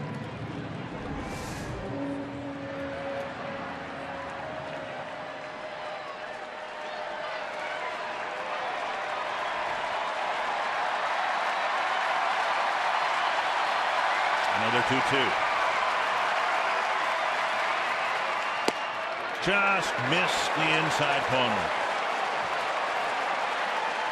That's why I was saying, you know, you don't want to start nibbling right there to try to hit the inside corner. You know, Suzuki sitting in there. You see that ball started inside and went way inside. So now you put yourself in a situation where now you have to pretty much put that ball over the plate.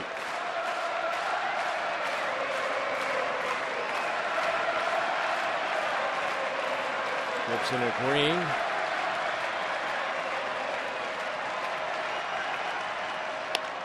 Pulled foul again on their off-speed pitch.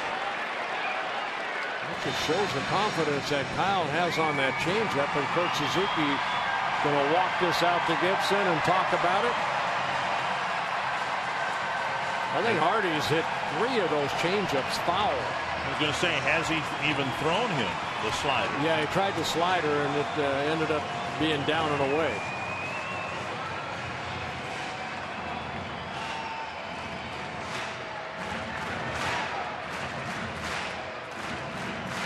But this is where if they beat you, you want to get beat on your best pitch. He thought that changeup was his best pitch right there. We'll see what he thinks again on this 3-2 pitch. Quite a battle here with Gibson getting close to the 100 pitch level.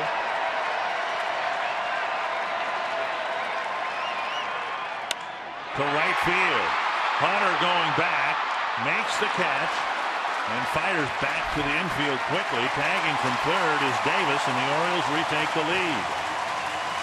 Well, good battle right there, and Gibson had to come in with a pitch that was hittable.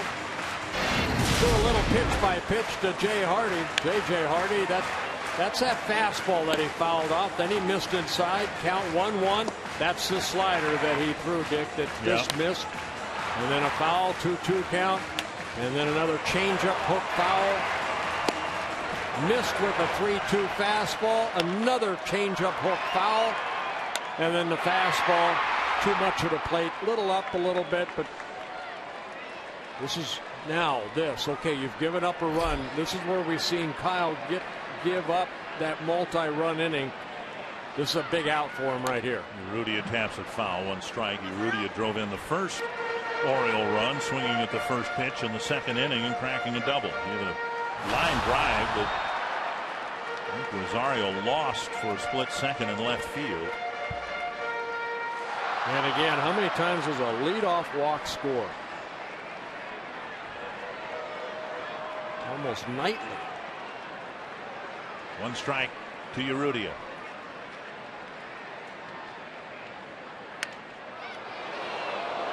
Fouled near the Twins dugout.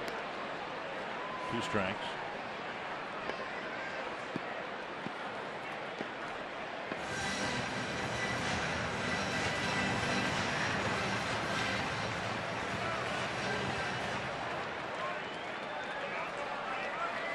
Because of the pitch count, this will be pitch number 100. Might be Kyle's last inning.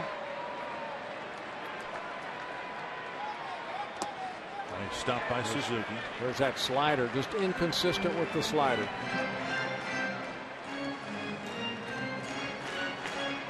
And if he had more confidence in it, more command of it, that might have been the pitch to throw to Hardy to get the strikeout. Not the best strike to ball ratio.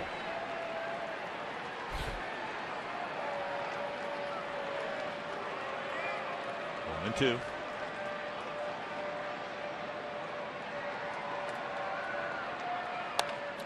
Right side and through, a base hit.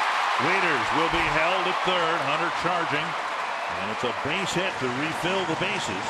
And Urrutia has his second hit. We'll see if that's the end of the night for Kyle Gibson. Well, that ball was down, and Urrutia picking up his second hit, so he's coming up, swinging a bat and getting some big hits for the Orioles. And Paul Molitor is going to be making a move. 3 trips through the batting order, and Gibson can't finish the Orioles off in the 6th. They've retaken the lead 2-1. And Manny Machado will hit for the Orioles, and it looks like it'll be Casey Fiend again coming into the game in the 6th to try to get a big out.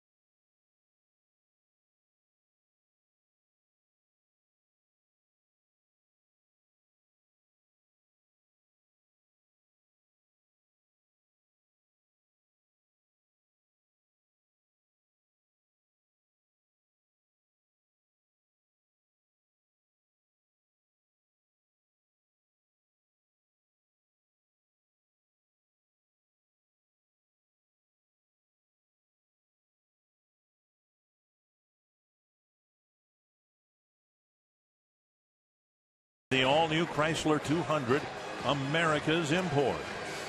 Casey Fiend coming in. He came in last night's ball game, faced only 4 batters, ended up getting 5 outs. Kyle Gibson can only wait, and hopefully Fiend can get him out of this inning. 3 runners on base are his responsibility. In last night's ball game, Casey Fiend ended up working another inning, an inning and 2/3 through 14 pitches, 10 for strikes. And you see only 4 walks for Casey Fiend in 45 1/3 innings. Yeah, he came in with 1 out in the inning, got a batter and a runner. He picked a runner off first and had a 1-2-3 7th. May pitched well in the 8th, Jepson in the 9th, and the Twins had their win. The Twins have just tied it up in the top of the 6th, but now the Orioles lead it 2-1, and Machado 1 for 3 on the night will face Fiend.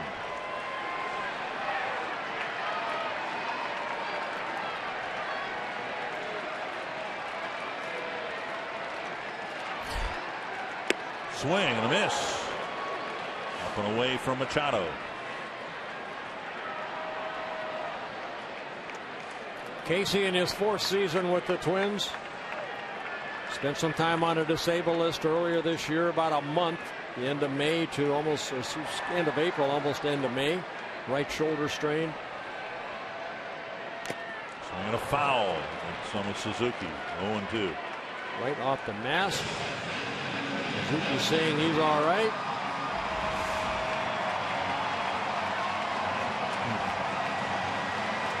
They take a beating. I think more than any other catcher, he does a great job not disrupting or delaying things. I mean, Fiend's pitching with adrenaline. He wants to get going. He wants to keep things moving along.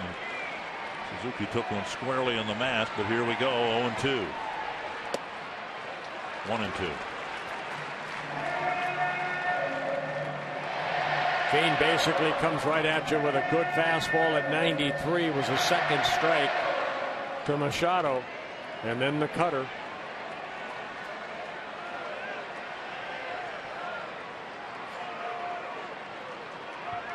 One and 2 to Machado. And now 2-2.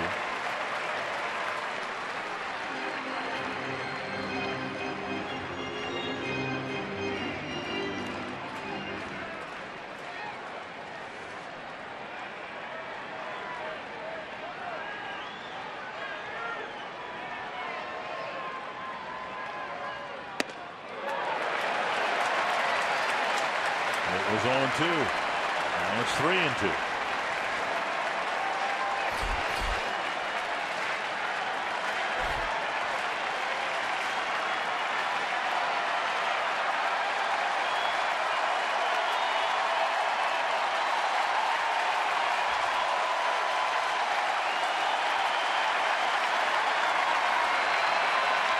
Struck him out. That away, Casey Fiend.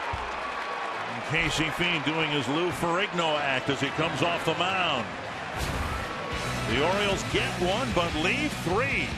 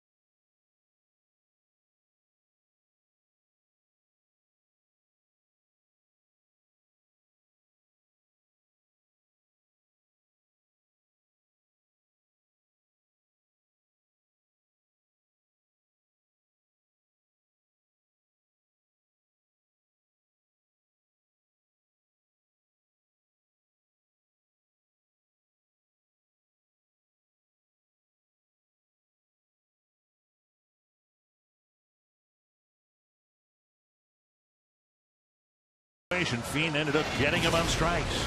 Let's do a little pitch by pitch. Casey Fiend got ahead in the count. A couple good fastballs, 92, 93, and then tried that slider, cutter down and away, missed with another one, and then went the fastball up, tried to overthrow it, and then threw that ball right past him.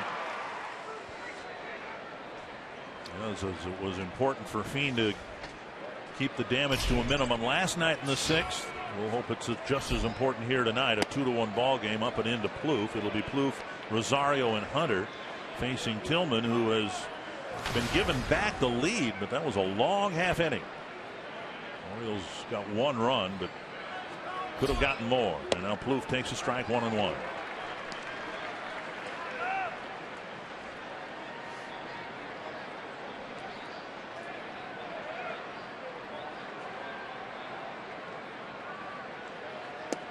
Two and 1.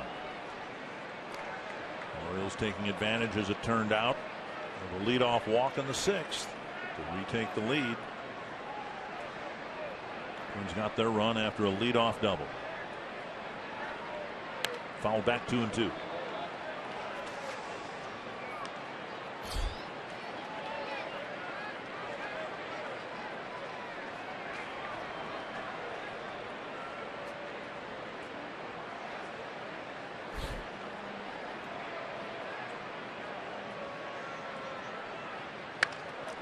Deep down the right field line. That ball is foul by about 8 feet. That had enough distance to hit the foul pole if it was over just about 8 feet or so. And that pitch looked like it was about shoulder height. 2-2. Tillman's given up a couple of home runs in each of his last 2 starts, but prior to that he went 6 starts without allowing a home run. For the Twins dugout, still 2-2. Tillman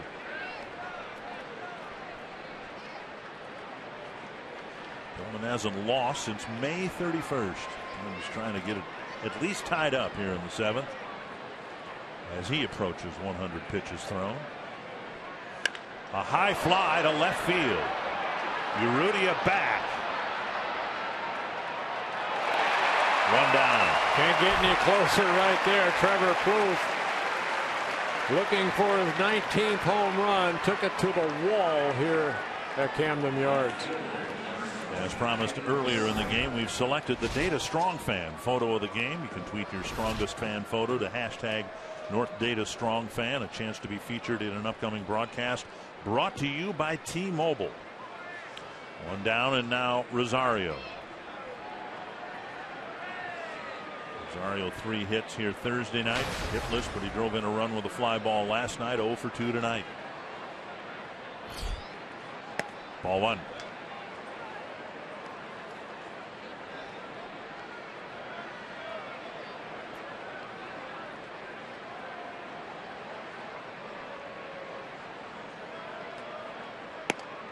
Two and 0. Activity in the Oriole bullpen. Twins have just 3 hits against Tillman, 2 of them coming in the 6th. 3-0.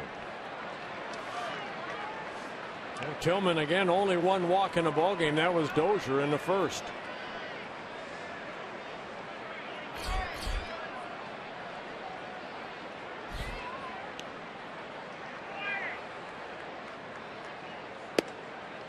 And a 4-pitch walk, as was the walk to Dozier. Now to Rosario here in the 7th with 1 out. And Hunter will come to the plate. 0 for 2 and struggling through a 2 for 39 slump right now.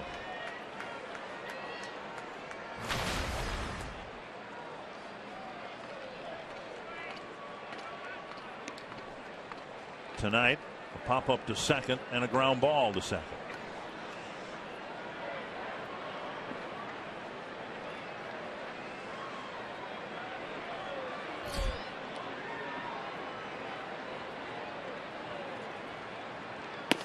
Up and in, ball 1. And Wieters to the mound.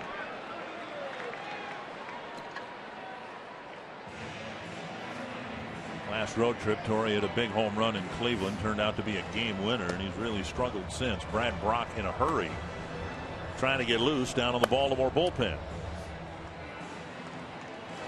Yeah, Brock pitched in last night's ball game, 1 shutout inning.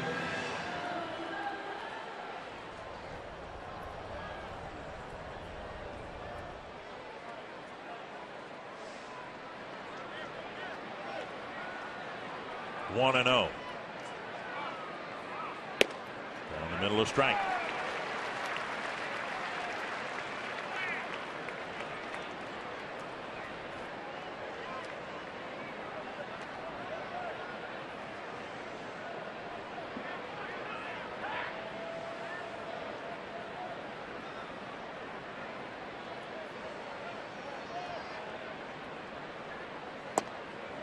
Low, and it's 2-1. And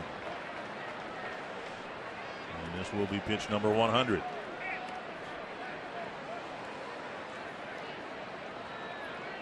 We're looking at Gene Glenn. See if Rosario takes off here on 2-1. Orioles throw over there. Yeah, Rosario with 9 stolen bases, been caught 5 times.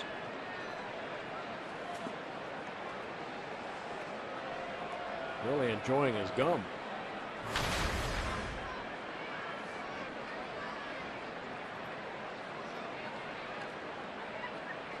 Rosario goes, and the ball hit by Rosario, who will dig for third base.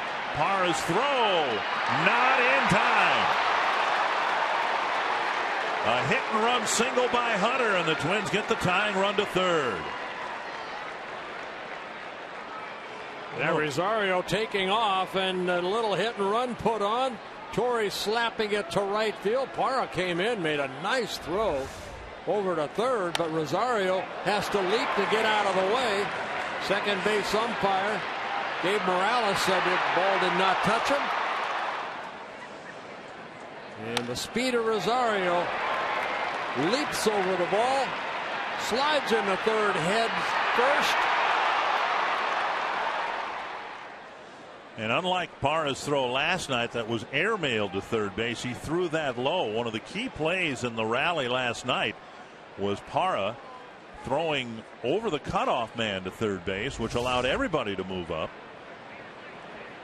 And then Suzuki got his single, and the Twins had a 3-run inning. Here is Suzuki up now with the tying run at third and 1 down.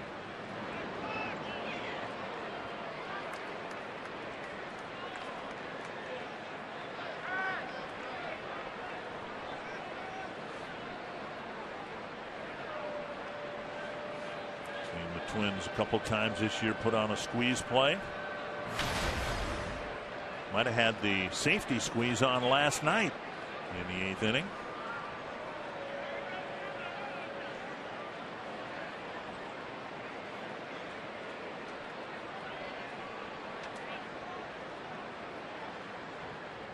And Suzuki lays it down. Here comes Rosario, and he'll score the tying run. I think it was on last night, but Suzuki didn't get a buntable pitch, and then he got his single, and here he got one over the plate, dropped it down beautifully, and we're tied. Very, very well done right there by the Twins. It's not the straight squeeze, it's the safety squeeze right there. And that ball bunted. The only thing Tillman can do is get the out at first, and the game is tied. Tillman's going to come out of the game here with Buck Showalter to the mound. The walk to Rosario and a hit and run single, a safety squeeze, and the Twins playing small ball here in the 7th to tie it up.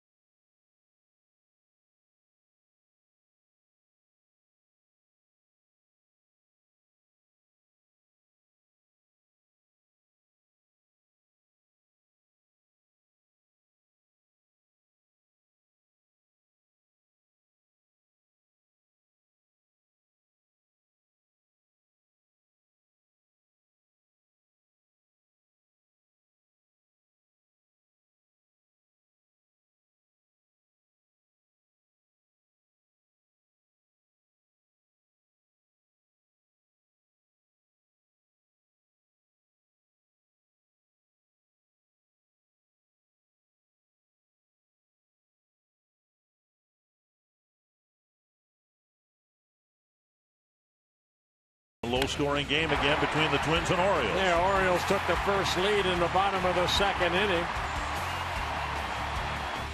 Took a 1-0 lead, but the Twins came back. Escobar with a double.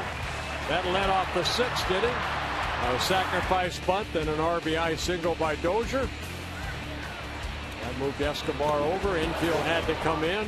Brian Dozier shot it through the infield. That was in. And the game is tied. J.J. Hardy with a sacrifice fly scores Davis to make it an Oriole 2-1 lead. Then we just saw a perfect safety squeeze to score Rosario, who had walked earlier. Escobar will bat against Brad Brock. Escobar's double leading off the sixth got the Twins on the board. And now ball one. Yeah, very solid bullpen for the Orioles. Brock a big part of that, making his 45th relief appearance. One shutout inning last night, had a couple strikeouts through 15 pitches, 10 for strikes, 69 strikeouts in the 59 and the third innings pitched. Well, if you like bunting, you had to have liked what you've seen in this Baltimore series with the Twins. 3 bunt singles, a sacrifice bunt by Buxton tonight, safety squeeze. 2-0 now to Escobar.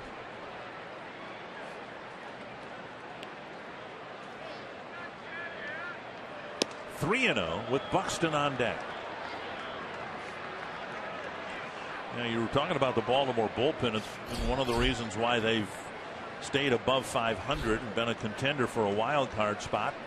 Now, Escobar will be intentionally walked to get Buxton to the plate. But in the first 2 games, the Twins bullpen has outperformed the Oriole bullpen. The Orioles bullpen come in. There's 22 wins out of that bullpen, 14 losses, an ERA under 3 at 2.89 combined. Buxton 0 for 2 with the sacrifice bunt in the sixth, still looking for his first major league run batted in. This would be a big one if he can get it here.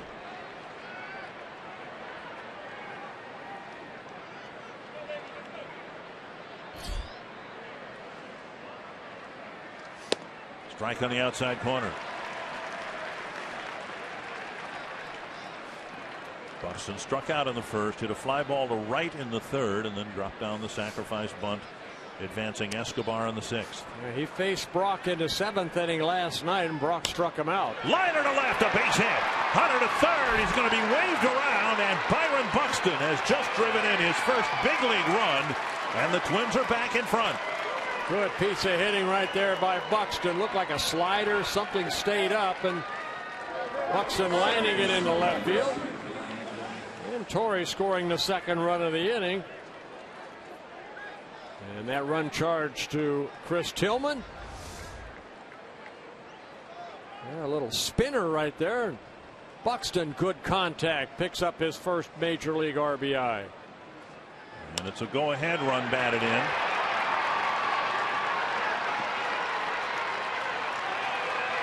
And 2 more men out there now for Dozier. Drove in a run with a single his last time up. Low, ball 1.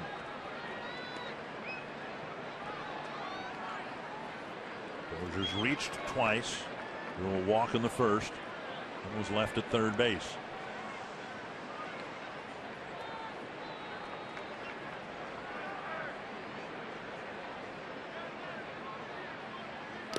Foul, and it's 1-1.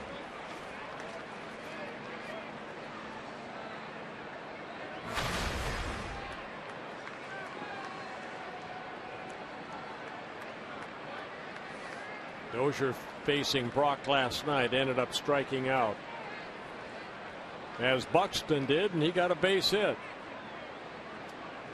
See if Brian can do the same. Popped up near first base.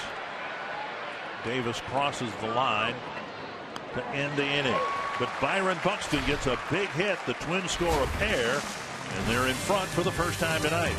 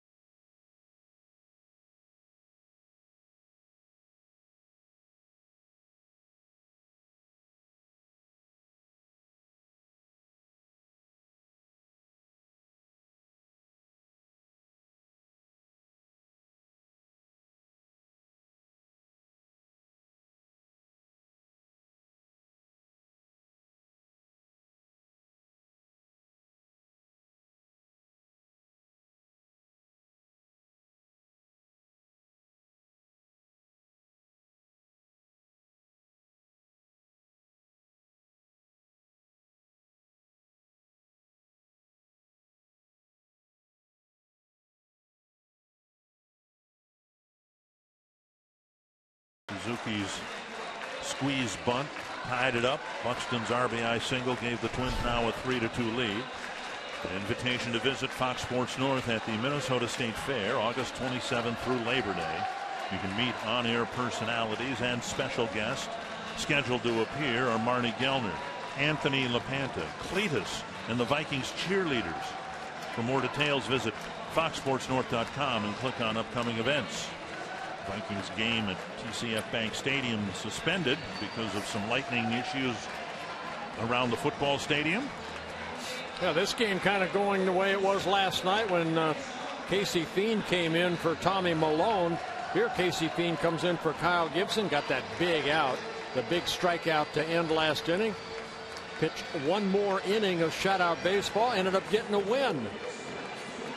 Hopefully that can be the same here. You know, and Paul Molitor, in retrospect, you know, you win a game, you lose a game, and you and I think both tend to think back to the game and what led to a win, what led to a loss. I really thought last night Paul pulled the trigger at the perfect time on Tommy Malone, keeping the damage to a minimum at 3 runs. The Orioles could have blown the game open right there, but he brought in Fiend, who did his job, and that, I think, as much as the 3 runs in the 8th inning, that was a turning point in the game. And similarly, you'd like to think with the bases loaded in the 6th, Fiend getting Machado on strikes might be the turning point of the game. Now Parra, Jones, and Davis.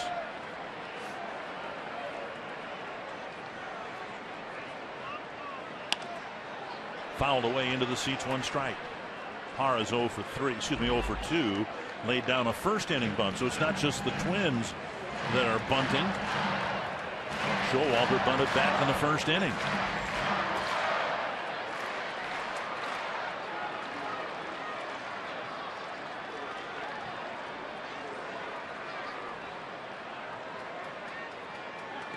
And that's through Suzuki to the backstop. Came all the way back to him. Remember that when you throw a wild pitch. Ball came right back with a runner at third. Still one of the oddest things I've seen this year. First time I've ever seen it at Target Field when Kyle Gibson struck a batter out and got an assist on the carom from behind home plate, throwing to first to complete the strikeout. Never seen that before. Bounced foul, 2 strikes. And trying to use the same formula perhaps as that they used last night in victory. Trevor May is warming up to potentially relieve Casey Fiend. Hope is that Fiend, who's only thrown 9 pitches, might be able to get 3 outs here in the 7th. 1-2 to Parra. He's got to go through the meat part of the lineup. Bouncer to short. 1 down. Talking about the shortstop play this year, Paul Molitor said of both Escobar and Nunez that they have been steady. And while it's not spectacular play the Twins have been getting at short, remember how erratic Danny Santana was in the first 2 months of the year. I think the Twins right now would take steady. Yeah, Nunez has only made a couple errors, and Escobar, I think he's made 4 errors, but I believe he made 1 in the outfield. 1 down. Here's Adam Jones. Down low, ball 1. As we work through the late innings, remember there's a new arm out there in the Twins bullpen, left-hander Neil Kotz, who might be in the mix here. Kotz pitched last night. High fly, center field, playable for Buxton. 2 down. For more on the Twins shortstop play this year, let's go to Marnie Gellner. Guys, it's been such a rotation of Eduardo's. Escobar tonight, Nunez last night. And Molitor did say that each one is making the plays defensively, and that makes it easier to stay in the rotation with these 2 guys. And Molitor also said it's going to continue for each of them to get playing time. But if you talk to either Escobar or Nunez, they just want to play, whether it's shortstop or anywhere else. They want to be in the lineup. But for now, the platoon of Escobar and Nunez will continue at short. Yeah, leave the highlight plays up to Brian Dozier. Just make the routine plays, and that's what That's what Escobar and Nunez have been able to do. Just make the routine plays. It was interesting. I was talking with Kevin Jepson about just that before the game yesterday. He had a long conversation with J.J. Hardy, who is a workout partner of his in the offseason. On strike. Davis pops it up to left. Another good inning by Fiend. Rosario with the catch. Casey Fiend did the job in the 6th and again tonight in the 7th.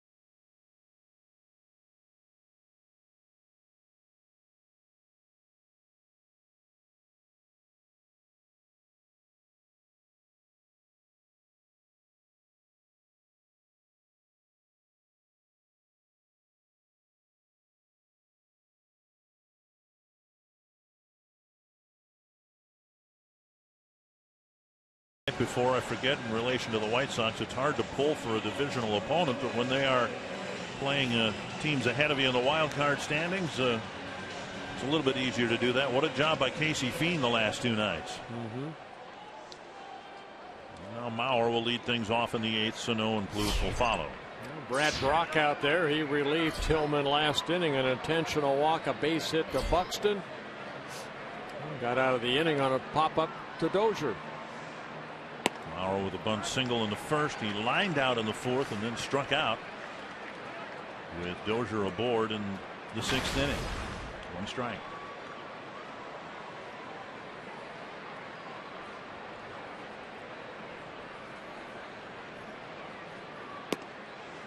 And the way things are in the wild card race, the Twins have 4 teams ahead of them, and obviously they can take care of business, get the win they need, and get the loss they need the Orioles to get by winning again tonight. Either Toronto or Los Angeles are going to lose because they're playing each other. Swinging a foul, 1-2. And so if the Rangers could lose, although they're leading 4-0. Here's the wild card standings, and the Twins have already cut into Baltimore's lead over the Twins by 2 games in this series. 6 big outs to go tonight. 1-2 to Mauer.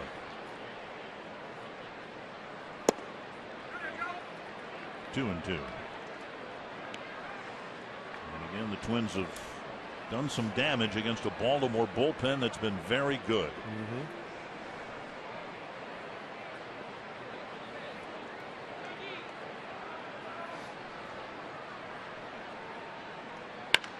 To the left field corner. Down for a hit. Mauer digs for second. The ball rolls by Urrutia.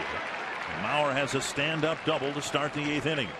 You know, we saw that in New York. He just hit it foul, that ball right there. And even in last night's ball game, hooked one just foul. This one stays fair. A sinker away. Joe just reaching out there that he does so well. And ball staying fair. So it's a leadoff double for Mauer on his second hit. Sano will bat. He's 0 for 3. A strikeout and 2 fly balls. His first inning fly ball advanced Dozier from second to third. On and away. Check swing. Ball 1. He'd like to at least get that accomplished here in this at bat. If Mauer can end up at third base after Sano's at bat, the Orioles will bring the infield in for Plouffe. It was not intended to just advance Joe Mauer to third base. I was intended to have him touch home plate. 1-1. Right ahead of him.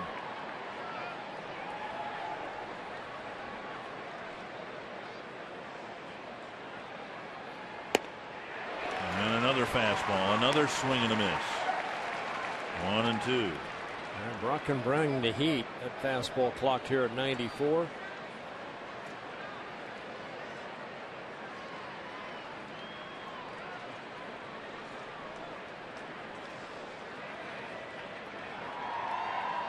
Fouled back. Came right after him with a 95-mile-per-hour fastball. He's one of those guys, you see him every once in a while, where he can get 2 strikes on him quicker than anybody in baseball. Sano. He's managed to put together some really good at bats after the second strike. Also managed to strike out a lot.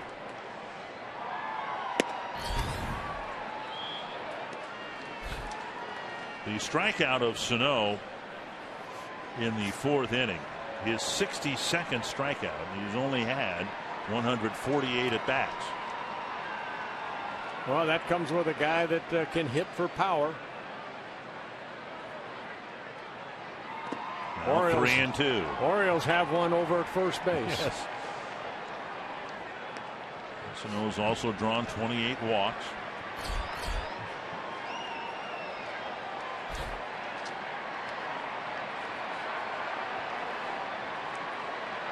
He stretched the count full. With Mauer at second, nobody out. Popped up, backing out of play. Into the run in the 6th. 2 in the 7th. Looking for at least one more here in the 8th.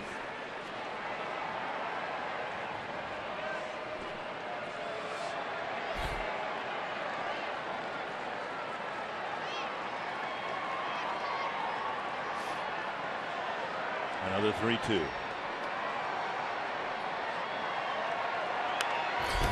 Back to the screen.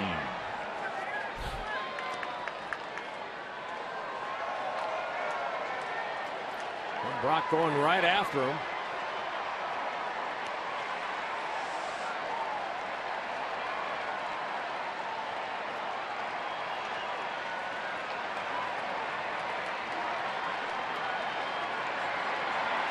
Again on 3-2. And he took a walk. Good walk. From 1-2 to a walk. The Twins with runners at first and second, nobody out. Well, Kyle Gibson worked 5 2/3 innings. He left with bases loaded. Casey Fiend did a great job of picking him up, but Kyle kept them in the ball game as the Twins came back and tied the game, and then went ahead in the 7th inning on a safety squeeze, scoring Rosario to take a 3-2 lead. Twins looking to add to that total here. Buxton's base hit put them in front, and now Plouffe with 2 men aboard. He pops it up down the right field line. It's a foul ball and out of play. Not unlike the single that Plouffe got in the 8th inning last night, except this is a foul ball.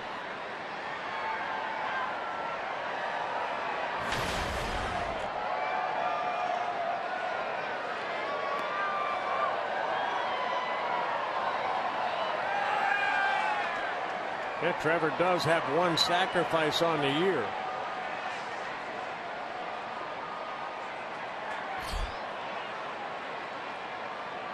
Outside, 1-1.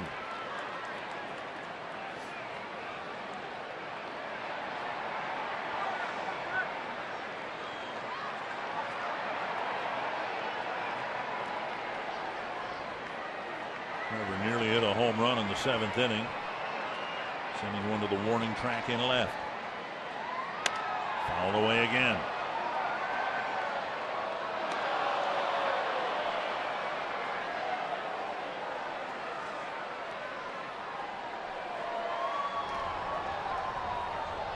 Mattis, a left-hander. Garcia pitched here on Thursday night. He's warming up as well.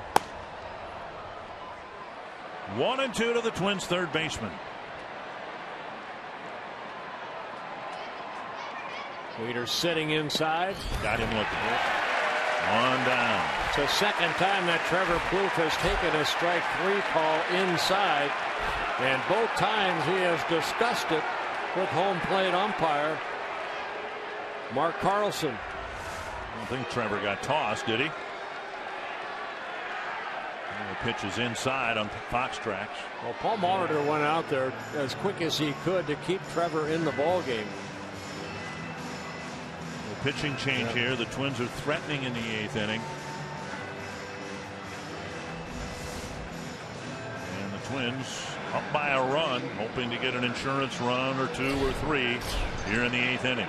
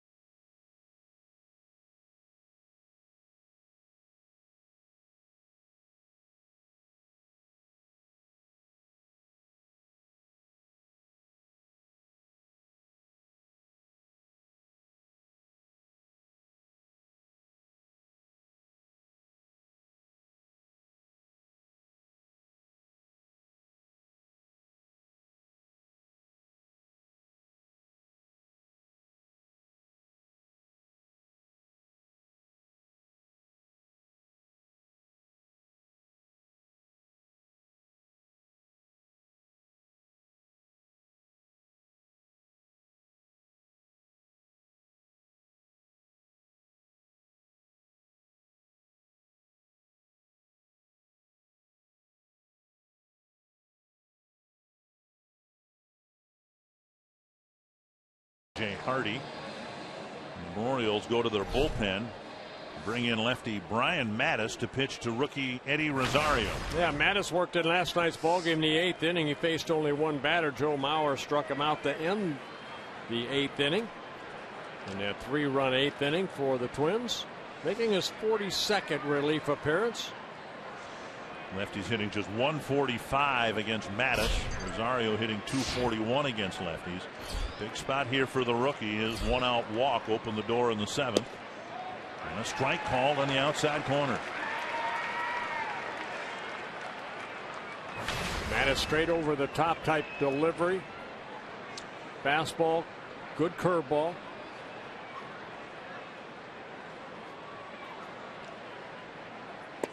Outside 1-1. The walk that Rosario drew, and it came on 4 pitches. Just his 11th walk, one of those intentional.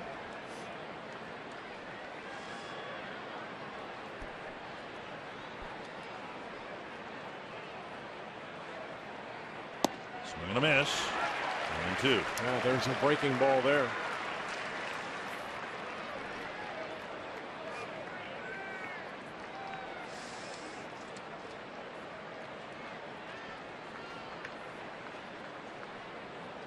Trying to take advantage of a leadoff double for the 2nd time in the game.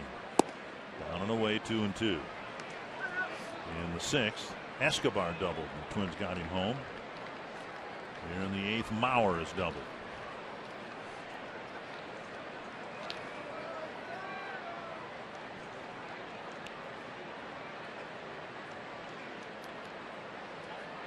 Three and 2 with Hunter on deck.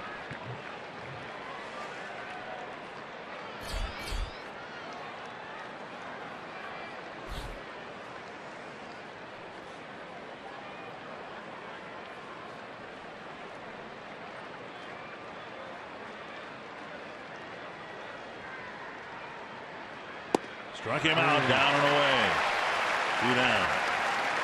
And Buck Showalter on his way out to make another move. So Mattis comes in 2 nights in a row and gets the one batter he's asked to get with a couple strikeouts. Got Joe Mauer last night. Gets Rosario here tonight. And the veteran Hunter will hit with 2 on and 2 out. The Twins trying to expand a 3-2 lead.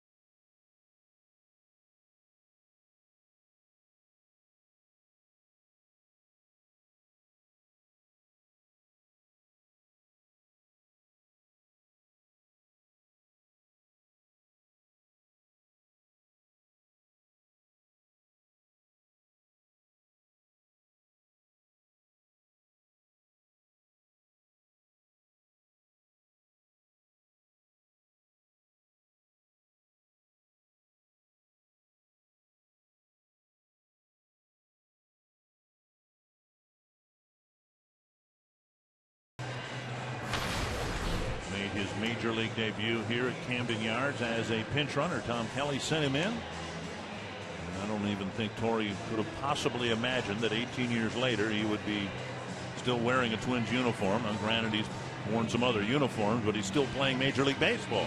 He's kept himself in great shape. It's still in his heart to play. 19th season for Torrey Hunter. And he needs 1 home run to tie Bob Allison on 5th on the all-time Twin list. Garcia coming in. He worked here on Thursday night. Had a 1-2-3 first inning in the 6th and then ran into trouble in his 2nd inning of relief. To short left field, coming in is Urrutia. Makes the catch and Garcia gets the job done on 1 pitch. This time the Twins can't take advantage of their leadoff double.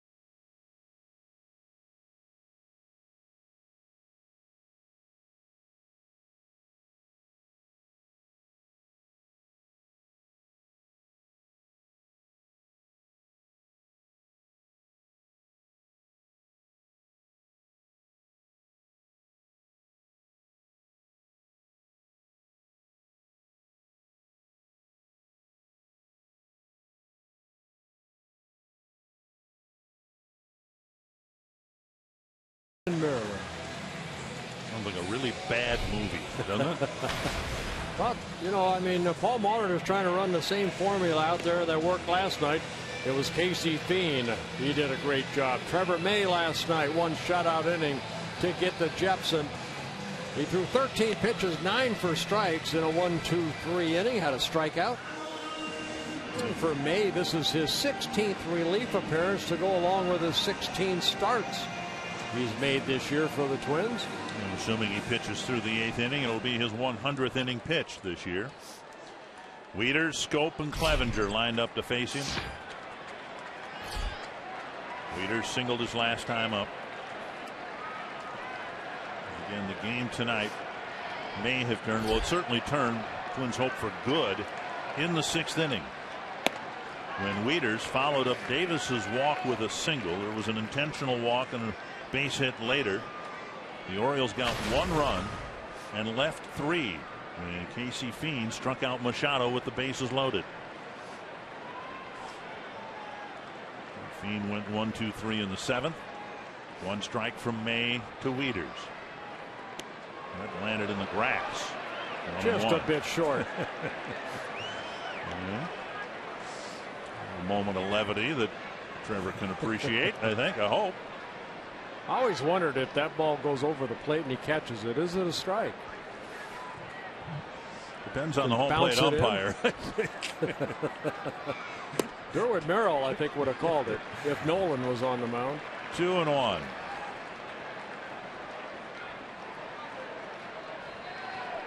Hits are even at 6 apiece. At the knees at 94. Well, Trevor May's really done a good job since taking over and put into the bullpen. A pitcher's pitch. Knee high. Got him looking. Changeup. Over the inside corner, 1 down. May really has 3 nasty pitches. An overpowering fastball. Look at that changeup come back and clip the inside part of the plate to Wieters.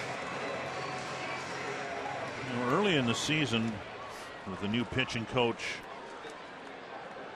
Neil Allen, a lot was made of his emphasis on the changeup. And when you talk with Trevor about it, he said no, he developed command in the changeup a couple years ago at New Britain before he ever dealt with Neil Allen. He determined that was something he had a lot of confidence in a couple of years ago at Double-A. Well, he's got a good one to go with that good fastball, then the big curveball, the hard breaking ball. 0-2 to Scope, and the ball cracked foul. But the philosophy for Neil Allen basically was trust something other than, you know, establish your fastball, but you need a secondary pitch. And if you can't get your breaking ball over, that changeup's always there.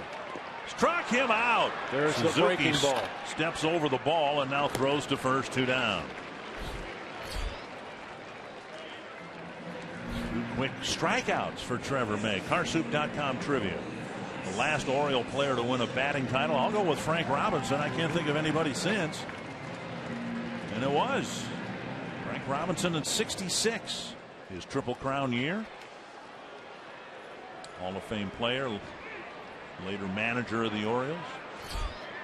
Here's Clevenger. Missing the inside corner with an off-speed pitch. Yeah, it took something off that curveball there, trying to get it over for strike 1.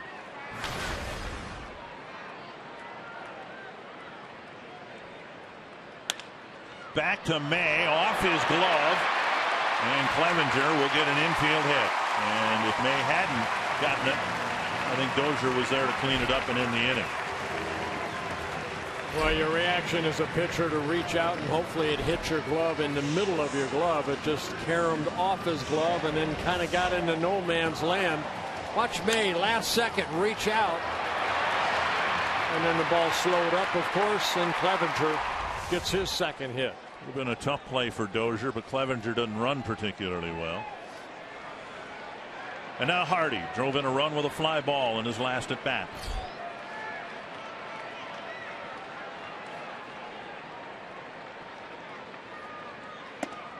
Strike called over the inside corner.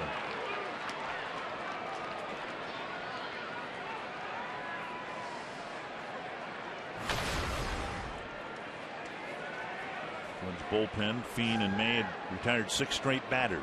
Now a man aboard with 2 down.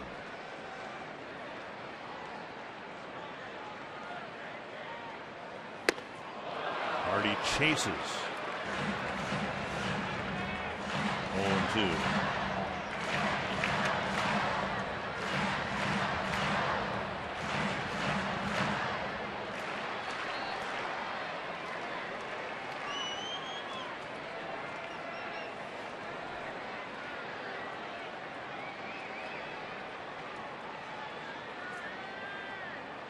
Slow breaking ball in the dirt, and Suzuki dug it out. 1-2. That was a big breaker. Hardy laid off that pitch. He threw it right where he wanted to. That's it. He's got 3 very nasty pitches: a good fastball, the changeup, and then the curveball. And he can change speeds on that curveball. Suzuki sitting away. Right down the middle with a 95-mile-per-hour inning, or a mile-per-hour fastball. Quite an inning for Trevor May as he strikes out the side in the 8th.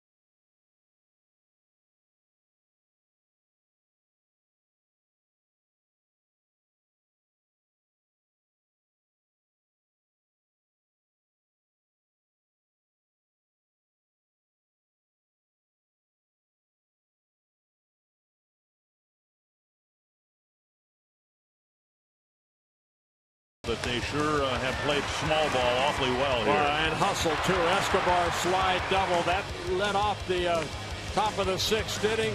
A butt by Buxton. And then the RBI single by Brian Dozier. That tied the game at 1 apiece. And then in the 7th inning, the walk to Rosario. The hit and run put on, perfectly executed. Rosario hustling over to third on a close play. And then the safety squeeze put on the next batter, Kurt Suzuki. Rosario scores the tying run. And then old-fashioned baseball. Buxton got a base hit to left.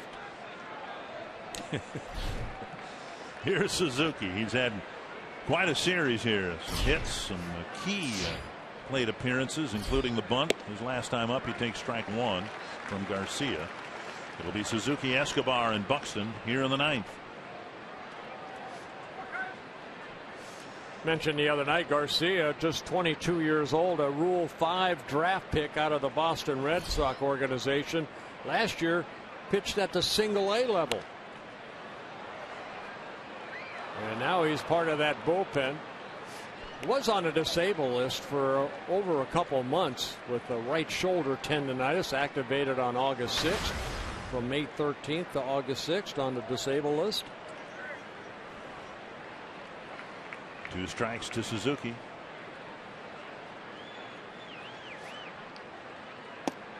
Off the plate.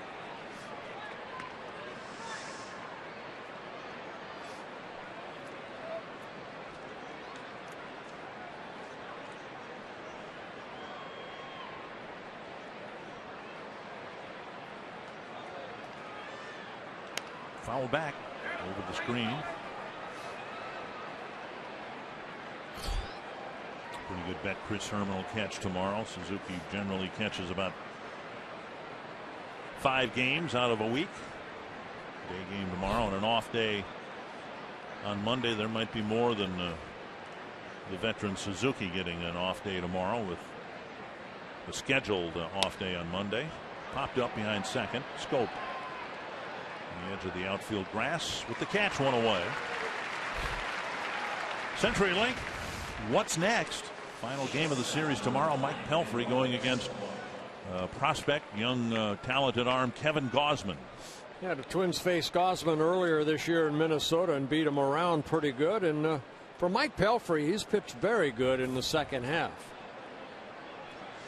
Here's Escobar. ERA about 2.5. Strike one.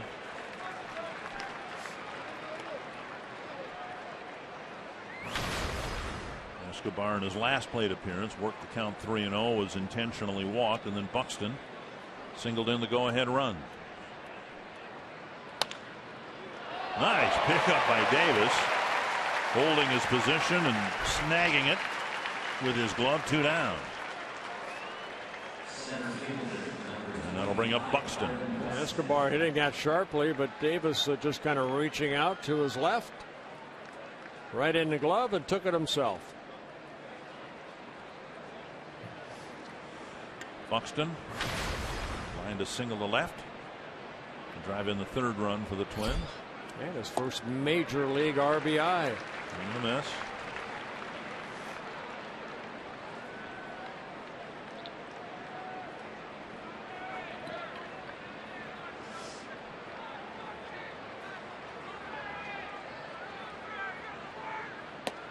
One and one. Officially 1 for 3. Batting average starting to climb. Evan Jepson warming up. Tough act to follow after last night. Foul. Just repeat it. You don't have to do better. Just repeat it. Trevor May had that type of inning in the 8th inning tonight, striking out the side.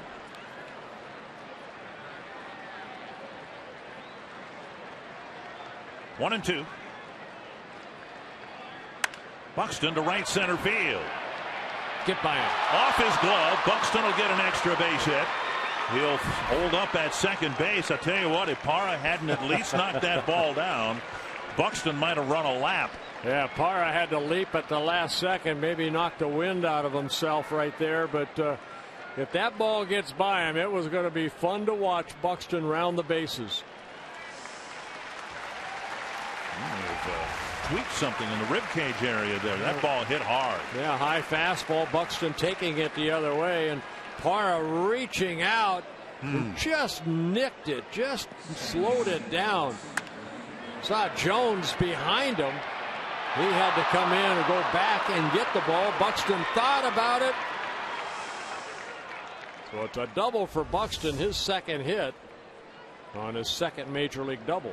In the 8th inning, the Twins couldn't add another run with a leadoff double. We'll see what they can do with the 2-out double. Dozier drove in the first run with a single up the middle in the 6th. Strike one. Orioles at that time had the infield in for most of his at-bats. They've had a pull shift on. And Dozier hit the ball right where Scope is standing right now. But it rolled into the outfield to score Escobar.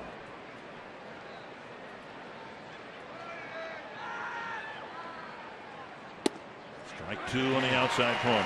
Flipping the corner.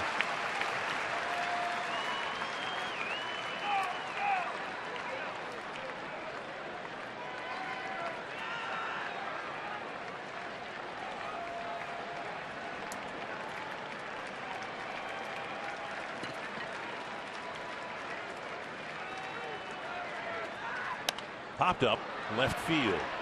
Urrutia comes in. Hardy out. And Urrutia with the catch. Twins lead Buxton aboard. Kevin Jepson will try to pick up his second save in as many nights.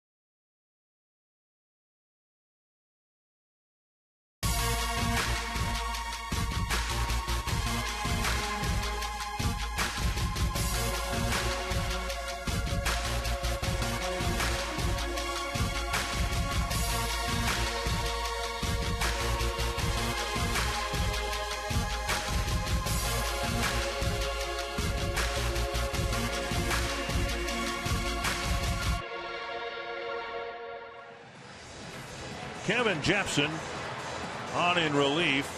And in relief of Glenn Perkins, who played catch today. Everything feels fine with his neck. The best guess is Perkins wouldn't be available until Tuesday. But what a job Jepsen did last night. Oh, yeah, what a job he did. First save as a Twin. His 6th save on the season. Came in, faced 3 batters, struck them all out on 16 pitches. 12 for strikes. And it was right in the meat part of their lineup. Jones, Davis, and Wieters all down on strikes. And if Jepsen takes care of business as efficiently as he did last night, he won't have to face those guys here tonight. Urrutia, first man to bat, then Machado and Parra. Urrutia takes low, ball 1.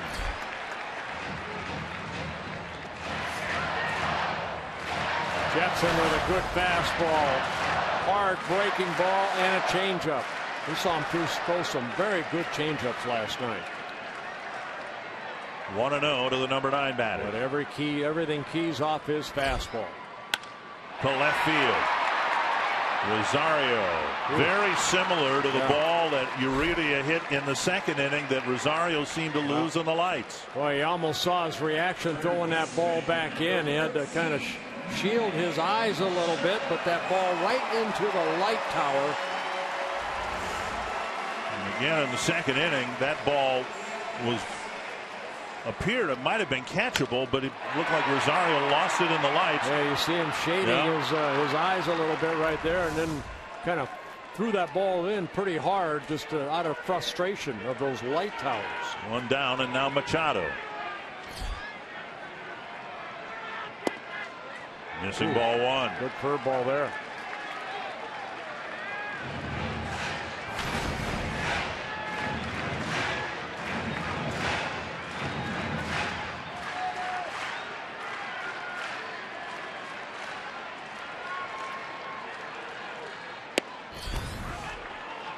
You know, Twins played really good baseball. There were a lot of good fundamental things that happened tonight, but when Casey Dean came in with bases loaded and 2 outs and struck this guy out, whew, that was big.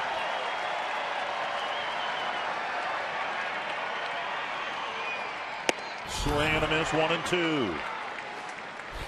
Only because the Orioles already had scored 1 that inning and took a 2-1 lead. And that allowed the Twins to come back and score 2 in the 7th to take the lead.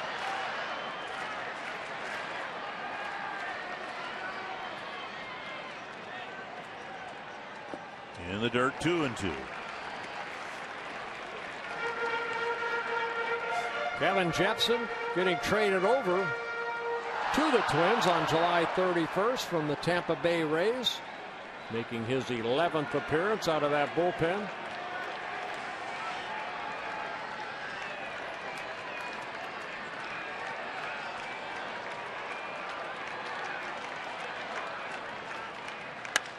Fly ball right field, hanging in the air for Hunter. 2 down.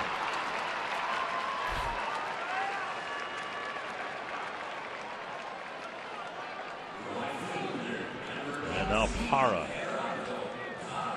hasn't gotten the ball out of the infield yet tonight. In the 1st inning, a bunt. Since then, a grounder to Dozier, a little nubber in front of the plate. Suzuki threw him out, and then a bouncer to Escobar. Rangers, one of the teams ahead of the Twins in the wild card standings, beat Detroit 5-3.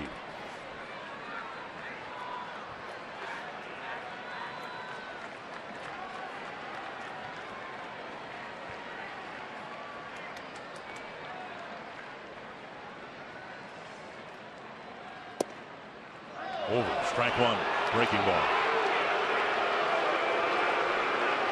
Parra doesn't like the call.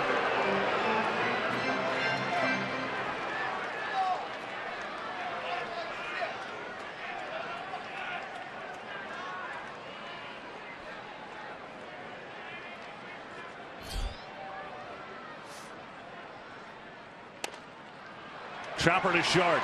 Escobar charges, fires low. Bauer digs it out. And the Twins beat the Orioles again. What a scoop, backhanded by Bauer to end the game. What a game. Jepsen picking up his 2nd straight squeeze. Gets a save and a squeeze from Suzuki. And the Twins, they fought tonight to win this ball game. Did a lot of little things right. And Mauer, good scoop right there. Gets the speedy Parra for the final out. Twins are 6-0 against the Baltimore Orioles this year, and Tom Hanneman, big win here tonight, gets them back above the 500 mark.